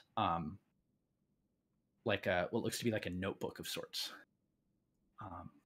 just filled with scrawled. You can't quite make it out, again, because the scrying spell is focused on him, but he seems to be consulting it, flipping pages, notating things. Okay. And judging by the space around him, it looks like it's some kind of workshop of sorts, with lots of pieces of different things in various states of completion. But whatever on his desk he's completely focused on this light. All right. Well, yeah, I'll end the scry. I'll scry and Oh boy. Okay. That Wait, does so not sound everyone's- good. Yeah, is Aiden back in the room yet? I would imagine by the time you finished, Yeah. the 10 minutes go by, he would have come back. So, good news and bad news. Good news, I found Serum. He's alive. Bad news, doesn't look alive. so hot. How bad? Well, I'll just describe. Like he's got it's like scars. His head from suction cups. Describe what you described. The whole Mm-hmm. cloudy eyes. Also, I think he saw. Well, didn't see me as far as I know, but he saw the spell. It's not like he knows we're after him, right? No. Did you see where? Kind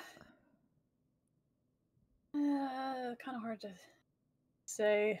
We're looking for a interior room. There's lots of kind of weird growth, like sort of fungus.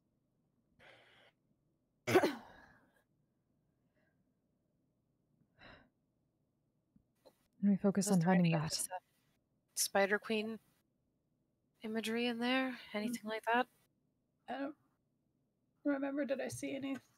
Aside It from looks as if underneath some of it, he may have been at some kind of altar that had been turned into a workbench. I mean, if it's an altar, yeah, big one is probably where they centered their The worship. the room was probably was not massive in scope. It was maybe a few dozen feet on a side at most.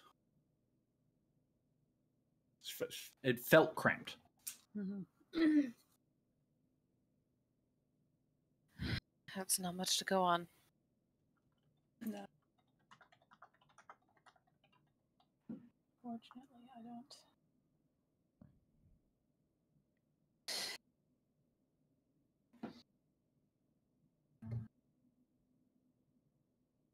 Aiden just kind of looks zoned out.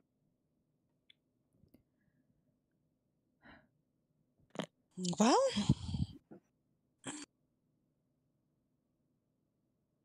try to shake him out of it. Walk over and try to shake him out. Focus. Yeah. Yeah. I don't know. The dark one is my instinct, but Kind of what I'm feeling. Then we go with you. We go with what you're thinking. seems like a reasonable assumption, at least. I don't know. Best not Let's to waste go. any more time either. we gotta go Yeah. up. All right, then we go up. Okay. We go up. You go up. Goes up. We're going up. Okay. All right. So, it takes a few minutes to navigate the hallways and passageways.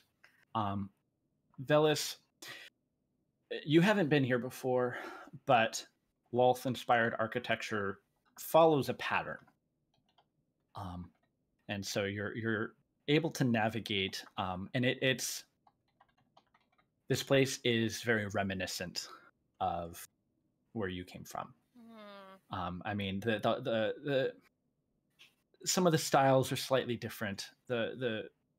Because everything is kind of constructed within a large stalactite, the dimensions are a little bit smaller. Hallways and rooms are a little bit more condensed, a little bit more compact. But it could very easily have been from your own homeland. Yeah, this is the worst acid trip nightmare that Bella's gonna Yeah. run. Even down to like a lot of the damage to some of it that over time your city ended up sustaining. Eventually, you kind of get to what would be the front entrance of this particular large spire, and it opens out onto, you can see this network of what looks to almost be like stone web, but not the natural sort of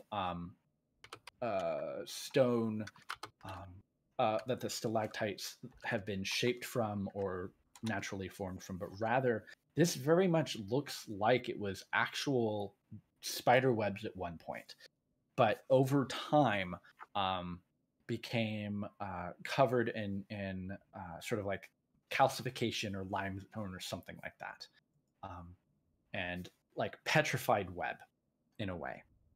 There are large sections of it and portions of it that are broken and fallen and missing, and you can see that the creatures that are moving about and kind of milling about are largely ones that look like they are almost like the equivalent of like guard dog type things. Not a lot of the intelligent looking bipedal creatures, but lots of quadruped, septiped, heptapods, like not just unfortunate numbers of legs, but just uneven, unparalleled legs of various creatures. You can see if it looks as if whatever spiders once had been common to this place had all been warped and misshapen, and a lot of them are the ones that are sort of crawling about. But as they move about, and some of them even passing somewhat near where you are, none of them take any notice of you whatsoever. Keep moving to the next spire. Okay. All right. Yeah. Aiden's like barely even registering most of the things moving around them. She's kind of doggedly Keeping moving an eye out as forward. much as I can. Yeah. Wiria is also keeping an eye Looking a little out. pale. I feel like Velis is probably so hyper vigilant that it's possibly Counterproductive. detrimental. Yeah. But yeah. I feel like it's Jumping really at shadows. obvious that Aiden and Velis, even to Wiria, are not at their best, and she is Yeah. therefore like, I will keep an eye out for all the things. I feel like Yeah. Leah is mostly keeping an eye on Velis at this point, like to the point of literally like taking his shoulder sometimes, and like if he Hold is his hand. hyper fixating on like checking for things, being like, it is okay, we're going to keep moving, and like That's appreciated. yeah. Kind of remembers to breathe when she does that. As you're Also, crossing side effect of her aura that prevents fear. this walkway, Link? not so much Thank you so much for the Wuria raid. or Pernell or Velis or How'd it go? Aiden or Elias, but as How'd the Hegan mission and go? Leah We're dealing with the Underdark. began moving across this narrow bridge, you can all hear an occasional crack Like that. as Well, the weight of a very large dragonborn and Furbolg bear down on this structure. You can notice as that happens, and you all kind of like pause and stop and look around. You can see like chunks and parts of the walkway nearby, underneath Hegan and Leah, kind of crack a little bit. Who's a and, chicken? And a Why? few pieces kind of, you can see them break off and fall. sorry, I Just a really need few to focus on this. cracks Damn it. kind of spider webbing out from underneath them. All of the things that you'd seen moving across these walkways are spider-like in their construction, in that they are small bodies with large spindly legs, but also they move very delicately and probably aren't very weighty compared to an entire group of adventurers. Wouldn't Hegan technically still be an animal? Little. I don't think he would have Proud of stayed one. Okay. I mean, he can beast shape for hours, so Unless he has stayed a tiny gecko. right. And as Leah takes a couple more steps, and Leah and Hegan, you can hear additional crack, crack. And you can see one or two of those strange spider-like creatures in the vicinity kind of stop to regard the oof. sounds and the falling pieces. Dear. Can I reach back and just preemptively use enhance ability on one and or both of them? I don't know. You could. And What would you like to enhance? Dexterity. Just in case. Oof. Okay. I am gonna go ahead and if I can get both of them, it's a touch spell. Okay. I'm gonna go ahead and cast it at 3rd level so I can get both of them. Enhance them both. Okay. You cast And enhance so you have ability on Hegan and Leah. If either of you have any way to make that more quiet. you have advantage on dexterity check. Is it too late to pass it on trace? I mean, There's another crack. I And mean, sort we of like can a cast- shift The in a sound is the groan problem.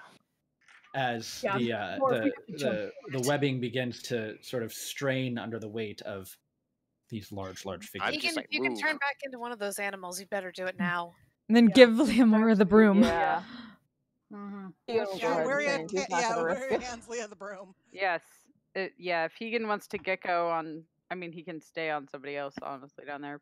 Yeah, Leah he'll will change. definitely hover, not super high, because she is very much wanting to stay close to Velis. Okay. But she will hover so she is at least not putting her weight on. Okay. What is all y'all's marching order? I've So got to we'll be near say the front if Yeah. I'm navigating left is this front. place. Mm-hmm. Back. Left is front, right is back. I feel like Wiria is actually fairly far ahead because she's concerned about Velis's Everybody just wants to be near the front. attention. I just Melee. I have to be. Yeah. Well, and I said earlier, Leah was keeping like a hand on Velis, Okay. basically. So I'm Mhm. assuming But now wherever she's Velis flying, is, so Leah's Yeah. right there. So like I Which, can move yeah, towards the Leah's back because I can now- also fly. Yeah. Leah, we will say, is hover buddy of like. Okay. Be kind of- Um, I can take Hegan. Yeah. so none of you are quite taken by surprise as Leah Oh, look, is it's sort of like everybody's in my Worry is car. like handing over the broom and Lee is beginning to mount it as there's a larger crack and a crumbling sound. And basically everyone within 5 feet of Leah including Leah, need to make dexterity saving throws. Everybody is in As my a aura. huge chunk begins to fall. Do I have advantage on this? Is that right or no? You do Enhance because ability is of just- enhance ability. No, wait, is enhance ability just checks or is it It's saving throws? dexterity checks. Yeah, so Oh. it's not I didn't actually. think Yeah. about that. Gotcha. So it would help in like stealth checks, but not. Yeah. Okay. Ugh. Like, Wait, after- you're on a broom, aren't you? Oh! Well, I she rolled was really getting on the well. broom. Oh, getting on the broom. I rolled It really was in the well. process of happening. I rolled a natural Ah. 20. I rolled can- a natural I can 18, fly, so but- 22. For Leo, that's you really would good. you would still have your wings, Pernell, by the way. Yes, I have them. Yeah, she's Okay. gonna fly, but We're in Leah's aura, so that's +4, Yes. so 23. Okay, that's right. Okay. Of course. So that is Yep. a 21 18. with Leah's. Okay. So as you're all sort of Phyllis like, is like- oh, you know what, Hegan, why don't you turn smaller? Leah, why don't you get on the broom? And you're like getting out the broom, and you all start hearing crack, crack, and you can feel everything crumbling, and everyone just kind of like dives to the side as a huge chunk of this bridge just just falls away. How far and you across can are we? you're not very far at all. You're probably maybe a dozen or 2 dozen feet. How and you can long is the bridge? The bridge is about 150-ish plus or Okay. minus 20 feet. As it sort of begins to crumble and fall, and you can feel this sort of like a shudder through the remaining structure of this, but it does seem to sort of settle a little bit. as everyone's dived to the side. And then Leah, you sort of like scramble onto the broom and whatnot and get off of the bridge. That sound, however, has attracted the attention of a number of various aberrant monstrosities, and they all sort of begin alternately darting, slithering, or like caterpillar type crawling directly towards where all of you are. Who has Hegan? Elias. Elias. Oh, yeah, he's a gecko. Okay. Well, I'm gonna. Pernell still has the wings, right? Yes. I'm basically gonna run. If I have to jump, I will. But once I'm basically within like range, I'm gonna cast Scatter on everybody except Leah and Pernell and get them across. Okay. All right. And we just fly as fast as we can. Okay. As you begin running and your footsteps are hitting the surface of this sort of bridge a little bit harder, you hear more cracks. And right about the time that you get equidistant enough that you can catch everybody and you can cast your spell. Like they have to be within 30 feet of whole- me, and the point Right. has to be within 120 feet. So you only need to move a little bit further ahead. But you can see the right about where Aiden is beginning to cast his spell. The bridge starts crumbling, and he casts the spell, teleporting most of everyone over to the other side. And you can see there's sort of like this large archway where the bridge kind of enters that other stalactite. So Leah and Pernell are kind of left by themselves as the bridgeway begins to crumble, like the entire thing from the middle outwards towards each side. Well, Pernell has still, wings like- and Leah has the broom. So. Yeah. we're fine. Right. So they're fine. They're flying. And you can see there are still parts of it that are like attached to a stalactite here or there, but the large structure itself has fallen apart. And you can see there are like one or two of those aberrations that were crawling along it that end up like falling with it. Let's go there, But Mara. And going You're all over to. on the other Yeah. side. Yep. Fly that way. dash. Okay. Well, that was fun. Fly as fast as we can fly. All right. For a So- definition of fun that is not actually fun. Thank you, Aiden. Hopefully, As I don't you- wanna cross the other thing because I only have one of those. Well, you can always, take a short rest for an hour. Yeah. Yeah, right. Keep going. Or we could not. Keep going. Keep a hold of Well, the broom, scatter is Moira, one just in day. case. Yeah, So, yeah. yeah, Oh, short okay. rest doesn't He even can matter. Stay Gotcha. stay a small animal, please, until we need that's you. the plan. All right. Waves a little flip.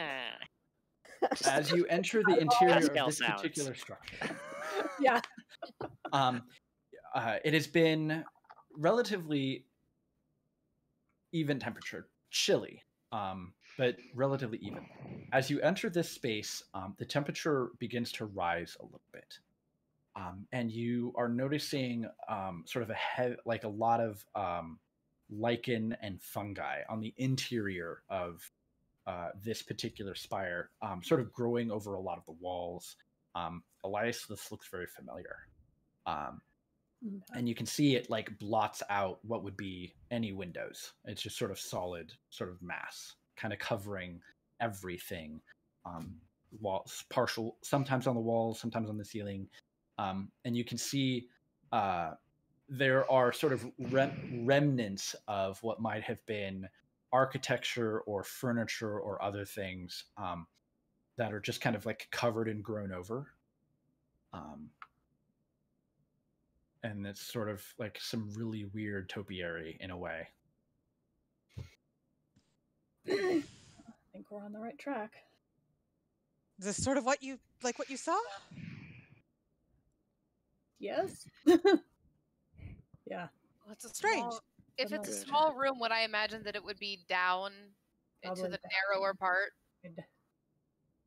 That's the narrower part tends to be where that would be like if this were the chambers of a house, that would be where the most important rooms would be at the tip. Oftentimes with, the best uninterrupted views and stuff of everything around it. And the rooms do get smaller as you go down, but it could just as easily be a storage room anywhere else. Based on what Elias said about the markings and things, we're just going to burn another first level for another detect magic, because maybe that'll help. Yeah. Okay. Like there's something magical in there. Okay. It's a first level slot. It's okay. Sure. All right. You cast Detect Magic. And there aren't any auras that you can sense in this chamber in here. Okay. Well, as we continue down, it's 10 minutes, so. Okay. Okay. So in this how particular... much of a Nice. how meticulous do we want to be with each level? Or do we want to just head down and then start that's really your looking call. in earnest? Yeah. Yeah. I mean, we do know we're looking for like an interior room with no windows. So Well, then let's head in a little down bit a little and bit. see what we find, and then we'll Yeah. further Also, just down. realized Okay. I'm late, but nice.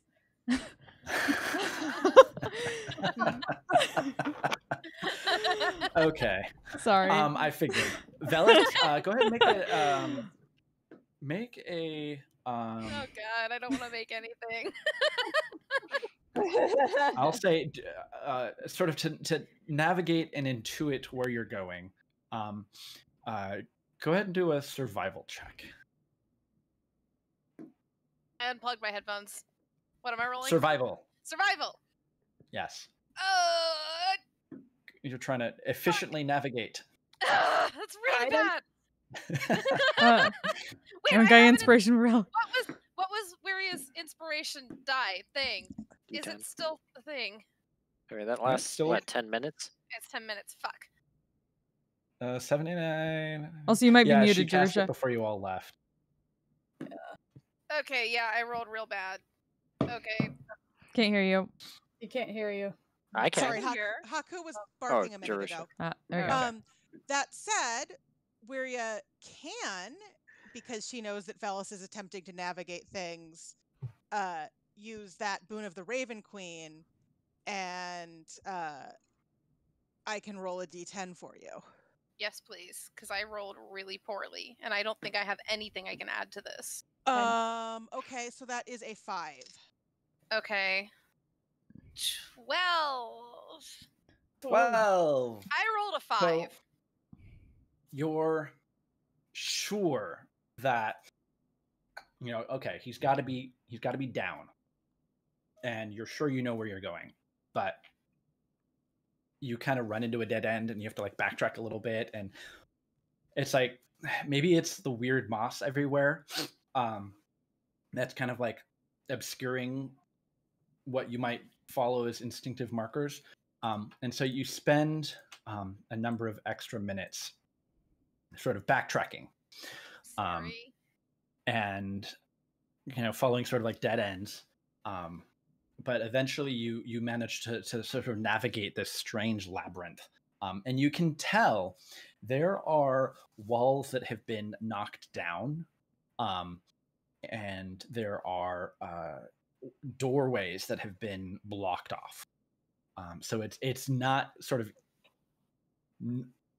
this is not a structure that would normally make sense for humanoids to pass through. This is sort of strange and alien passageway, grown and architected, and so you lose a bit of time navigating all of that, but you do find passageway that does lead deeper down, and as you begin to descend, the room that you enter is larger than you would expect. It's sort of this large open area, and you can and thus far there have been no other creatures or humanoids or aberrations or anything that you've encountered other than all those weird spiders up on the bridge. But in here, you can see what looks to be it's like the entire level of this spire had been hollowed out with like every wall and everything knocked down to where it's just completely this giant open room almost. There are a couple of like membranes in a few places that look maybe they're load bearing or something, but it looks as if it's this massive room filled with pools that have sort of large sacks in them. And it looks like that's like spawning pools of some kind, you know, a little Zerg spawning pool, a little Uruk-hai kind of thing, and moving amongst them you can see a number of humanoid figures that are sort of misshapen. Their faces are like almost completely blank, but for two small narrow slits, they're not really nostrils, they're not really it just that's all that is on these sort of like strange flesh masks. But they seem to be like moving through the pools and alternately like shifting or like massaging, or you know, just some of them even just kind of like standing around blankly in this particular room. Can we go further down than this? Yeah. You can venture out into the room looking for additional side chambers or doorways or passageways. If you Now might so be a desire. good time for that pass without a trace. I was thinking the same thing. Keegan would have to change back into a Dragonborn, though. Yeah, I can't do it. Yeah, he can't do it as Gecko. a tiny lizard. Well, This, we're if pretty this is sure the we're right in the right tower, place, then so we it shouldn't doesn't really matter. have to worry Yeah. about Not on the crossing any more rickety bridge bridges. anymore. Then, yeah. Do it. You'll cross All that right. bridge when you come to it. Yeah. Ha ha. Hopefully. Har har. I don't have any more changes, so Okay. that's all I have in me. So All right. Pass without a trace. So I'm assuming you're all going to try and move carefully and stealthily through this chamber and not disturb anything or anybody. Yeah, and I'm definitely looking for signs of somewhere to go from this Okay. place. Yeah. Sure. So dexterity stealth checks, and I'll take an 10. investigation from you, Aiden. So, as well. really quick, just to 17. clarify, because Type your results into the chat because numbers thrown at me so are Leah's normally disadvantaged. She has boots that give her advantage. Which, Is the guidance wear off though, or not guidance? no, it lasts for an hour. Okay. Oh shit. So Yeah, enhance ability. there's no stacking. If you have something that gives you advantage and something that gives you a disadvantage, it just all cancels out. yes. Mhm. So then the advantage I get from enhance ability doesn't do anything. Is what you're Correct. Yes. saying? Okay. Okay. Oh So my it's It is. still It just is a not straight like roll. multiplying things by a negative number and where it like flips positive, negative, positive, negative. It's just Okay. if you have disadvantage Well, and you have advantage Note from to anything. self then, Maggie, don't Okay, bother yeah. casting it on Leah because it doesn't do anything. Oh, look at that! You have boots that give you advantage. Kristen, the die that you gave me has rolled 2 18s in a row. I don't want to jinx Yay. it, so I'm knocking on the table. I've but rolled you know. 3 natural 20s on my cat's eye tonight. Your dice like you today. Mm-hmm. That's a Okay. 45. So Hell that is yeah. a straight up 18. All right. So you With my all lovely carefully. Plus pass without a trace? Yeah. 20, Yeah. yeah. Oh, 28. 28. 28. Yee. Nice. Leah is stealthy. What is this? Huzzah. Yeah, you're like walking right past, like literally in like you could nose boop some of these things as you pass, and they are they had completely. to. would you want to? For the They don't have story. noses to boop. For the Yeah, they have no lulz. noses. Son of noses to boop. Yes. How do they smell? Awful. Hey. taking care to like not disturb the water of any of these strange spawning pools, and every now and again you can see movement and shifting, and there's sort of as one of them begins to, for lack of a better word, hatch, a number of those attendants kind of converge on it and start like pulling and tearing at the membrane Oh, as so the like lulz. something sort of is like birthed from this. You do it for sac, the and vine you that can doesn't see, exist anymore. once or twice as you move through the chamber, a creature emerge, and you can see that one of them is sort of one of those smaller creatures that you've encountered, the smaller, stealthier ones. You can see one of them that emerges is something that you haven't actually seen this thing before. It's very reminiscent of like an intellect devourer, in that it is largely like a brain-esque body, but instead of sort of 4 quadrupedal legs coming out, it sort of just begins to like rise up and levitate, and it's got like all of these tendrils and stuff dripping down from it that are sort of actually literally still dripping this primordial liquid that comes off of it. Brunel tries to stay as far away from it as possible. And they all sort of, as things emerge and flop around for a little bit, eventually they kind of get up and generally move towards where you came in from. That kind of seems like an exit of sorts, except for the floating brain thing with tendrils. It just sort of starts moving about, and when it approaches one of the attendants, the tendrils kind of come down and just sort of envelop it a little bit and wrap it up. You're not quite sure what's happening. But as you get towards the other end of this chamber, you can see another one of those floating brain things with tendrils sort of at the far end of the room. What did you... Okay, dirty 20 investigation. So what you notice as you progress through the room is no open passageway, but you can see this sort of...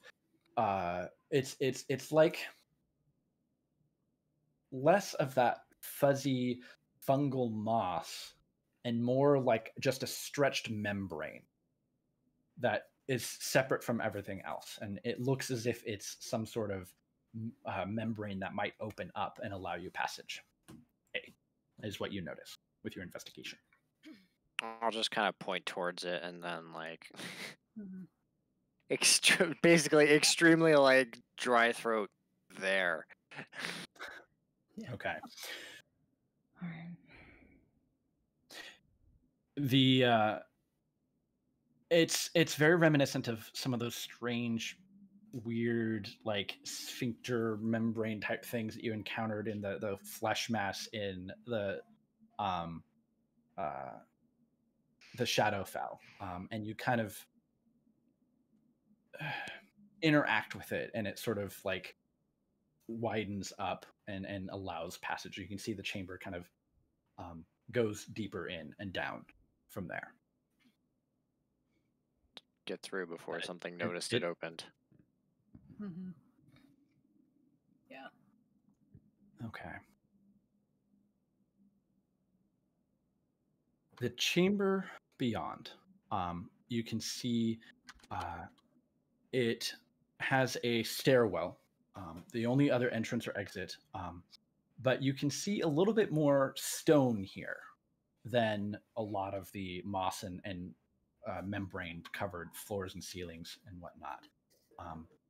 And as you progress further down this, it's sort of like a low curving stairwell, not like spiral staircase, but like a slower. I can't think of the word, but it's descending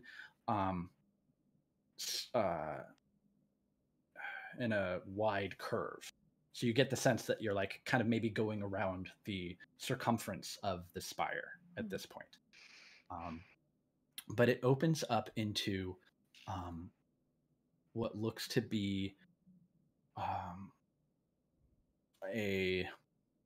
not a temple, but rather your first instinct is some kind of lab of sorts. You can see a few what might be kind of benches or workspaces or areas that are not covered in the weird mossy stuff.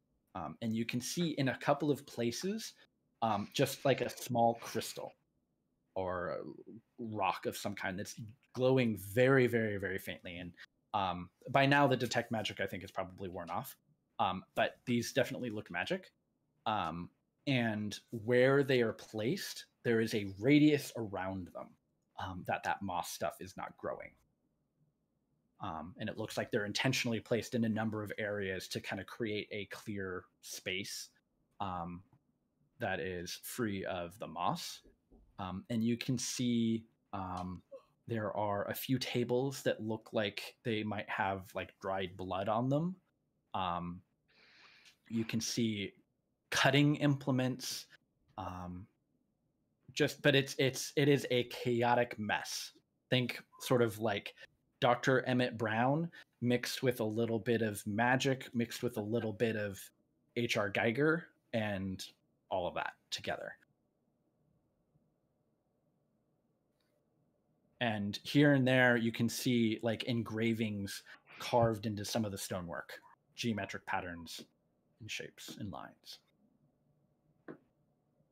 The chamber that you're in has just a singular door on the other side.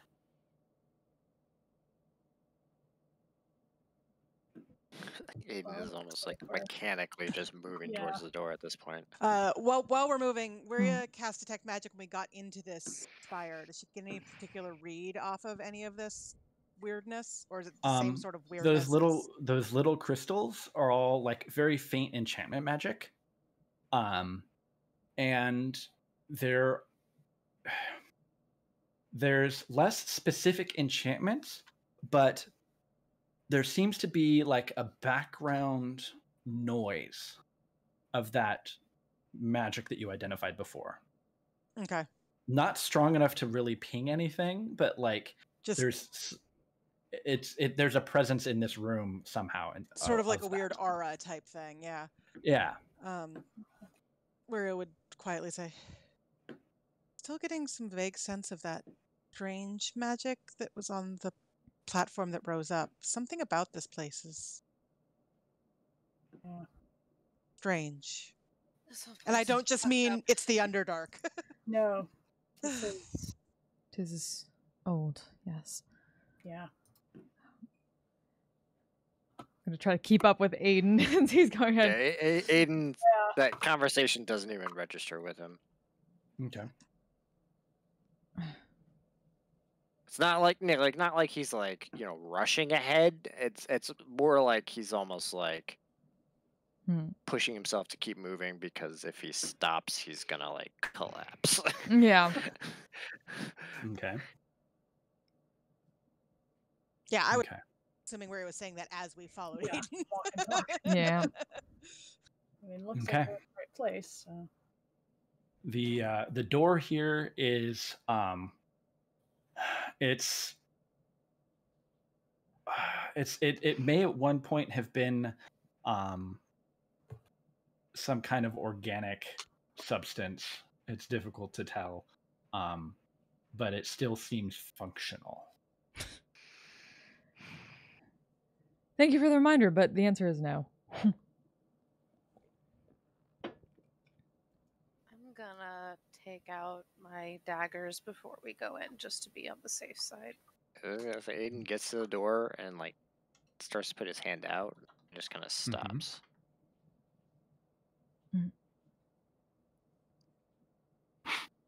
I'll walk up to the door. I mean, does this look like we're in the right? This looks kind of similar to what I saw in. Yeah, the weird mossy growth on the walls, all that stuff. And, yeah, Elias will walk up to the put his hand on the door, just kind of look to Aiden, just like, you ready? Yeah. Same kind of like just like dry throat, just do it. All right. I'm gonna carefully push the door open. Okay. You push the door open, and Elias, you can recognize the chamber beyond. There is a low pale light illuminating this chamber from one location. And you can see in the area around that workbench, a lot of the moss is desiccated. It's there, but it's kind of dried up and desiccated a little bit. Hunched over the table is a wiry figure of Sarum, Aiden's brother. The door opens kind of soundlessly, and so far he has not taken notice of your presence. You can all now, with the door open, hear that sort of low pitter-patter muttering of him, sort of rapid mumbling under his breath as he pokes and prods and seems to be taking notes in a journal of some kind. Can I get any thoughts on what the thing on the table is?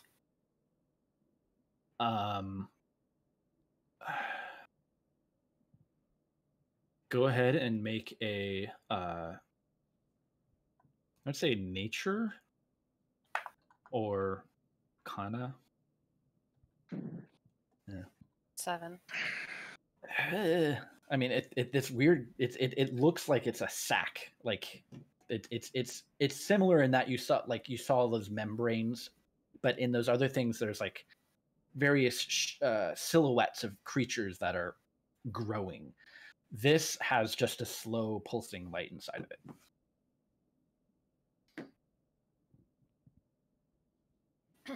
It's just kind of hasn't even entered the room yet. It's just kind of standing at. I guess here's the question. Do we want to try and knock him out, get him out of here? And then figure out what's going on once we're out of here? Can just like look at. Can you check him?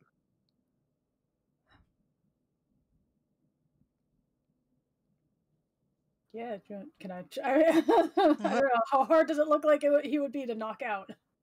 He looks not- frail. That's not really what he That's is what I was asking, thinking. but He was Yeah. talking about like if Oh, he's yeah, that's Yeah, if he is. mind flayery-ish or you know. any kind of yeah, that's true. external influence. Yeah, I'm gonna do I'm something looking kind of through stupid. Leo's stuff. Hmm. Oh, let's know. And because no, I wouldn't do anything. I mean, oh, actually, do I? No, I don't have detect good and evil. I only brought protection. So I want to very, Protection. very, very carefully try to just primeval awareness to see if I'm just enough to see if I'm getting a ping off of him. Okay. primeval awareness in the immediate vicinity and no front. Yeah. Just because I know it kind of spreads. Right. I know we've kind of Time narrated to it that do way it if you wanna do before, so just pinging for him. Okay.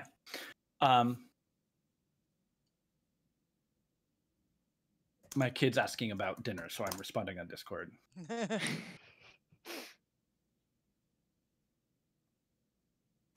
Okay. As you begin to concentrate using primeval awareness, it's like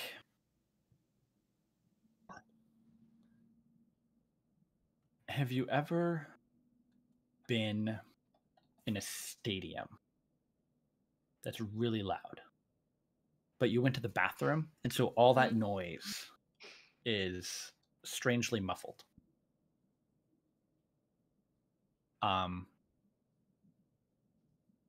Almost immediately, you can sense the presence of dozens upon dozens of aberrant creatures.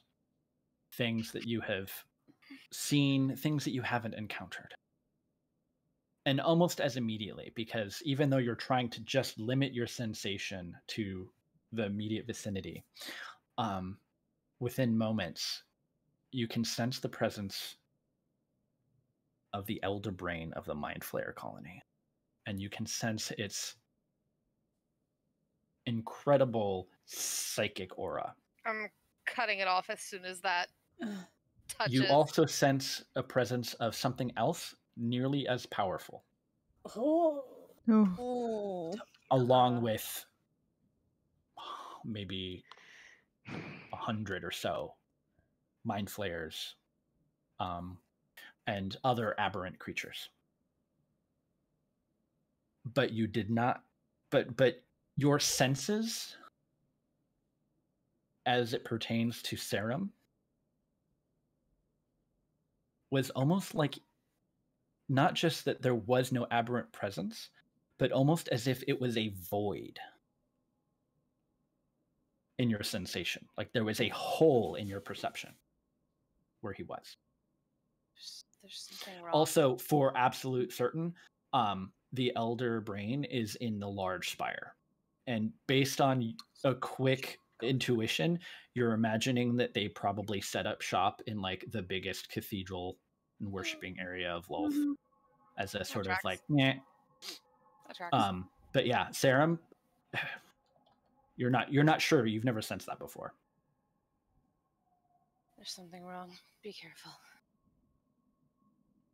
What? Get him out of here, and He's not an aberration, he's not ever. but there is something weird about him. Oh, magic? not right either. Something we can deal with. Well, that's not. Asperia, what does your magic detect in here? What do I detect from detect magic in here? So there is bits and pieces of necromancy and enchantment and whatnot in and amongst everything and around. But that slowly pulsing aura, that light in front of Serum, is radiating an intense, powerful aura of that magic that you have not sensed before. That matches what you encountered on the platform and whatnot. Like, Is it tuna? it's incredibly powerful and intense. Like, Oh. this is it's on the level of one of the vestiges, if not more powerful. Well, so I mean, some normal stuff, and then there's that which is similar to the magic of the Anything on platform, him? but anything on him? Aiden, I couldn't feel anything from him. Do I detect He's any not magic an on aberration, him, but though? he's empty. No, there's Okay. nothing. What do you mean by Absolutely. No. empty? Nothing. It's hard to tell. It's like it's actually like what Velis is describing. Not so much that there isn't magic, but there's explicitly non-magic, like anti-magic almost in a way.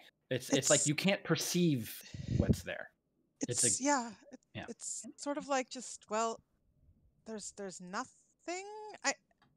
I don't. It's not that there's no. I don't know how to describe it, but that thing is really powerful, whatever it is. Having a really terrible thought, and I shouldn't. We need to get out of here, and then we can deal with it. Has he reacted at all to us being in here? You've kind of been like talking and mumbling and chatting for a few minutes, and he has yet to react to your presence. You're all at this point still sort of like standing outside the door, just looking in. How do we know we can? I'm gonna walk up to Elias just because I know he's near the front. All right, but what if he's got? What if he is the Dalkir? And that's why we can't get anything off of him. What if they've done something to him? Is that possible? I don't fucking know. Horrifying, How could that honestly. even be? I mean,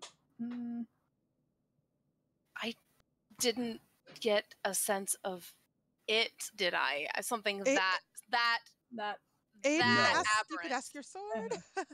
Look, if it's here, we know it's here. And I didn't feel it, and I feel nothing from him. There's something wrong.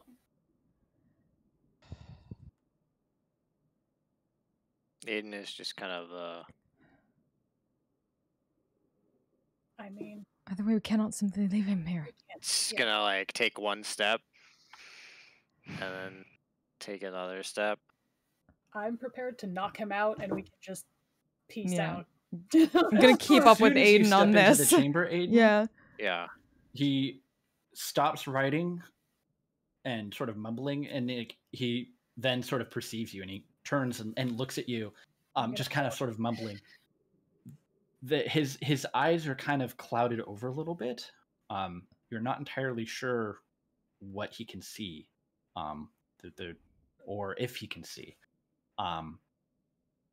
But you sense immediately a presence in your mind.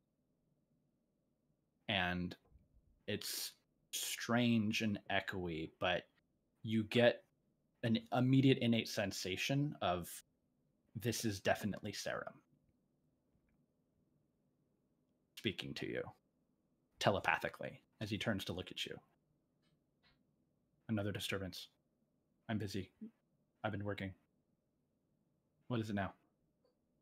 And in and amongst those phrases, sort of short and choppy, you can hear mumbling and murmuring of as he's vocalizing just a mishmash of nonsense, snippets of different languages and phrases that don't make grammatical sense. But his mental communication is short, and it's him. It feels like him, but it's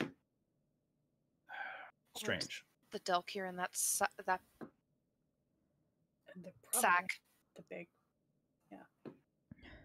That was just Aiden that could hear him talking, right? He was speaking to Aiden. Yeah. And he's still sort of like observing you and looking at you. Sort of, you get that you sense impatience and frustration coming from him, because like along with that mental communication, you're also getting like emotion coming off of him.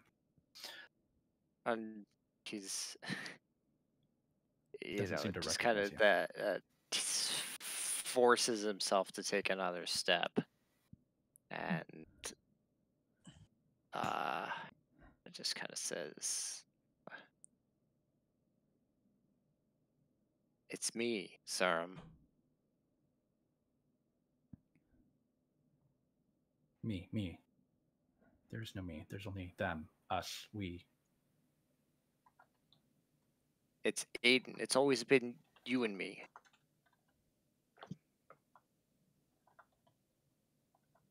Are you saying this out loud or like mentally? He doesn't have enough to attempt that, so he's saying it out loud. I feel like As you Leah's just speak, watching carefully. it's me. It's Aiden. He like pauses, and his jittery motion pauses for a moment, and he's kind of and he like tilts his head almost, and like he doesn't say anything or respond, but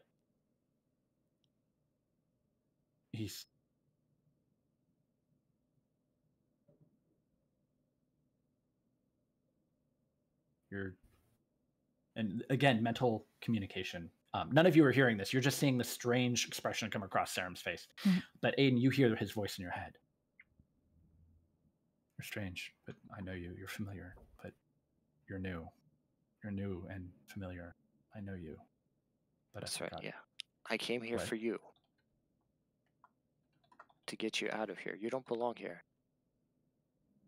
There is only here. There's a lot more than just here. Aiden, what the fuck is going on? Can I, while You're he's interrupting my distracted work. I'm busy. with Aiden, can I try and slide around, like, and ready to try and knock him out if this looks like it's gonna take a minute? Because Egan, get ready to get us out of here.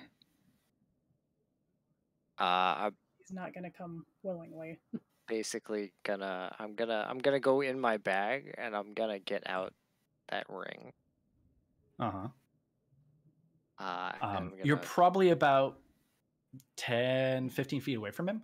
Yeah, I mean, I will keep slowly taking steps forward. Okay. Yeah. I'm gonna keep up by Aiden just in case He's this goes. looking in your direction, but there's like this sense of like he doesn't really quite perceive you visually, really, in a way. It looking over his clouded eyes, you may not even know if he can see. It's difficult to tell. Elias, you're just kind of like sidling around the sidling edge around, quietly. yeah. He doesn't seem to respond to you. His attention is completely focused on Aiden. Trying to take advantage of. Yeah, I'm keeping an eye between Aiden, this, and Elias around that. Yeah, just too many interruptions. Basically just It takes time. Time is mutable. I'm actually going to flank the other direction because I'm worried about him doing something with that glowing Mhm. thing. Okay. Opposite Elias. Right. No, we don't have much Takes time. a lot more than time. Time is irrelevant. It takes more time. Now. Look, I don't know what they did to you, but I'm sorry. This is my fault, and I'm gonna fix it. I'm gonna get you out of here. Okay. You just kind of like turns back to the chrysalis and his notebook, and he's kind of taking notes. How close have you approached? At this, if he turns away from me, I will basically just move the rest of the way up and put a hand on his shoulder. Okay. I'm gonna follow up. When you put your hand on his shoulder, his body language goes from focused, intense concentration to like suddenly just stopped, slack, and almost like mechanical in a way. And he sort of like turns to you and like bows his head a little bit. And you can see like, and you get this immediate sort of eminent sensation of like resignation, impatience, with notes of like fear and revulsion. I'm not gonna do what they've been doing to you. Get you out of here. He's just head down, sort of strangely compliant all of a sudden. Yeah, I will just kind of look at what he's working at. Mm-hmm. You can read all writing, but the mishmash of his scrawled notes and writings is almost nonsensical at first. But you can see like formulae written Daniel. within formulae within like actual Sarah. patterns of writing and again, it's a mishmash of deep speech and not English, common, Elven, like all manner of languages. And you can see that it makes no sense. None of it. Until you stop looking at the individual words and you actually look at the shapes that are formed by the letter forms of these various different languages, almost as if each of these systems and forms of writing are puzzle pieces that he has played with and fit in different ways to construct a sort of strange typographic version of that weird, like, old celestial that you saw. It's just lots of that all over the pages that he's got. I'll grab the notebook. He lifts his head up. You grab the book? Yeah. When you reach for the book and you grab the book, you get an immediate sensation of like anger, fear, possessiveness, and he goes from being very compliant to very aggressive at that. And No, he it's shoves like you. We're gonna take it with us. We're gonna leave that. I'll hold it out to him to take. He snatches it out of your hand and he's sort of like blinking a little bit and staring at you. Can't take it. It's my You're Mithrax. not one of them. Mentally, you hear this. There's No. a confusion. You did not come to feed. You did not come to take my thoughts and memories. You did not come to eat, consume. I came to Hollow me save out. you. Save me. Save who? Sarah. Can we save the heartwarming family reunion when we're not in Mind Flayer City? I'm making sure he's on board with us. There's not a lot there, but there's still some. You say his name again, Good. and you see a flicker of recognition on his face as he hears his name spoken aloud.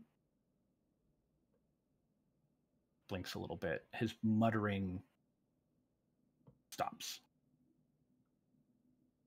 So we go? Wait. Kind of like looking around, and he seems to like sense, looking back to Elias, to Velis. They're okay. Yeah. They're with And you me. can see him like getting. He seems to be his breathing is increased. He seems to be getting anxious. Sarah, it's me. It's Aiden. They're my friends. We're gonna get you out of here. He looks at you again. Sarum. And then, like, you can hear verbally.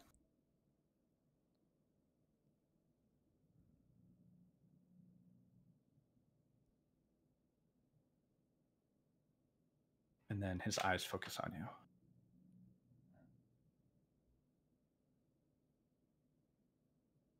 Aiden. You can hear them all say this aloud. Yep. Yeah, Kinda like- Aiden's voice has kind of been like on the verge of just like breaking at this point, but you know, it's just kind of that like just nod of recognition and doesn't have any words to say back, but just kind of looks at Hegan and nods at this point. He kind of like puts up his hand and kind of like touches your face. I'm gonna wave everyone over. Yeah, close to Hegan. I'll hold on to his hand. Over here, Hegan.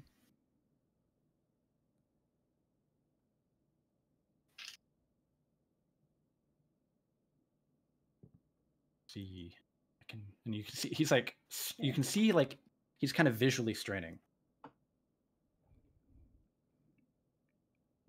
To Yeah. like perceive you visually in a way, and he kind of like leans it really closely, and he, you know, kind of touches your face a little bit, and he like seems to pause the moment on your scruff. It's like, Oh, trust me, I still had some of that before. yeah. There's like it's well, no, it's more like This is a new. this He is hasn't not- had th- hair these for a are while. tentacles. There's not These hair are down not here. tentacles. Tentacles. That, This you know, is and hair. it's Yeah, like- that's and he's like, true. no, you're so quiet. And he sort of like touches some of the scarring on his face and his scalp. Aiden.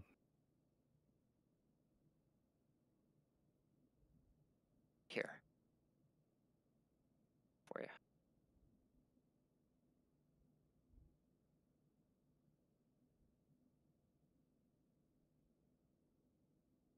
And then his eyes go wide.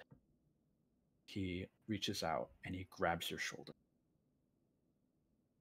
And, brother, they know what I know. They see what I see. And that's where we're going to end tonight's session.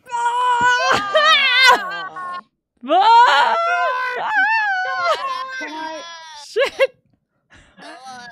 Fucking Shake run! our fists at you.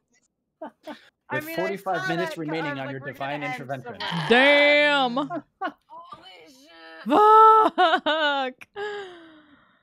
I've never been Oh. that tense for an entire game before. Oh, that was poor Sarah. That had some real potential to break, Aiden. Oh God. I think I have dents in my hands. Yeah, I was like clutching the end of my This my is desk a for a very, second. very sharp D8. Oh God. Yeah. Yeah, it. Almost drew blood. This went completely differently than how I had planned and kind of imagined for probably well over like 2 years now. Thanks, Taryn Ray.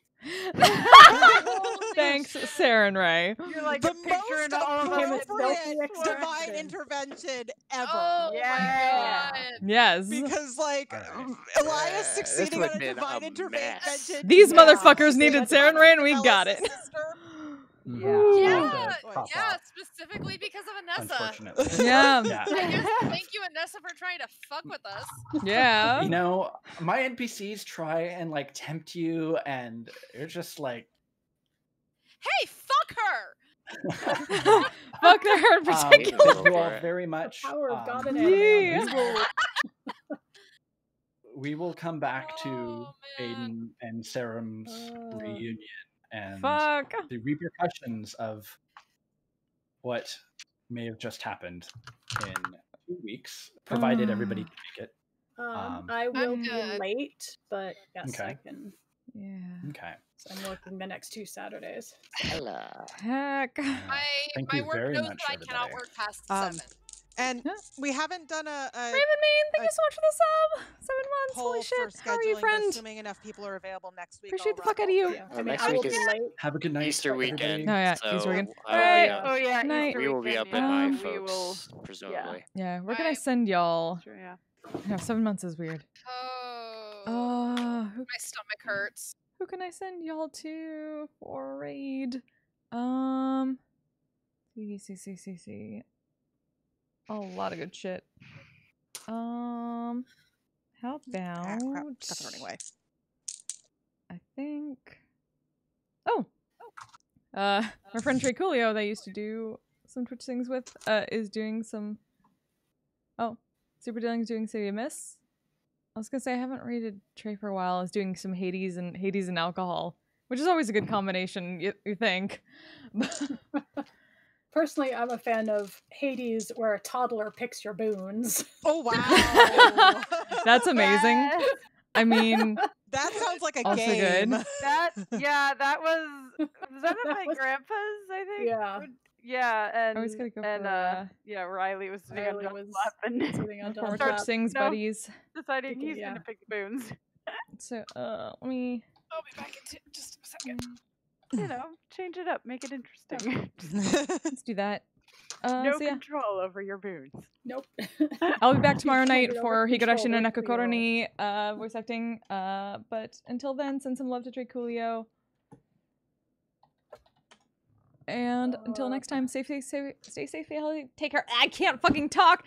Take care of yourself, take care of each other, and we'll see you next time. Bye! The intro is dead. Yeah. I'm a badass asexual polyhedral dice holder.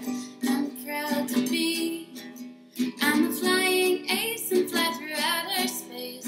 Hello, sweetie.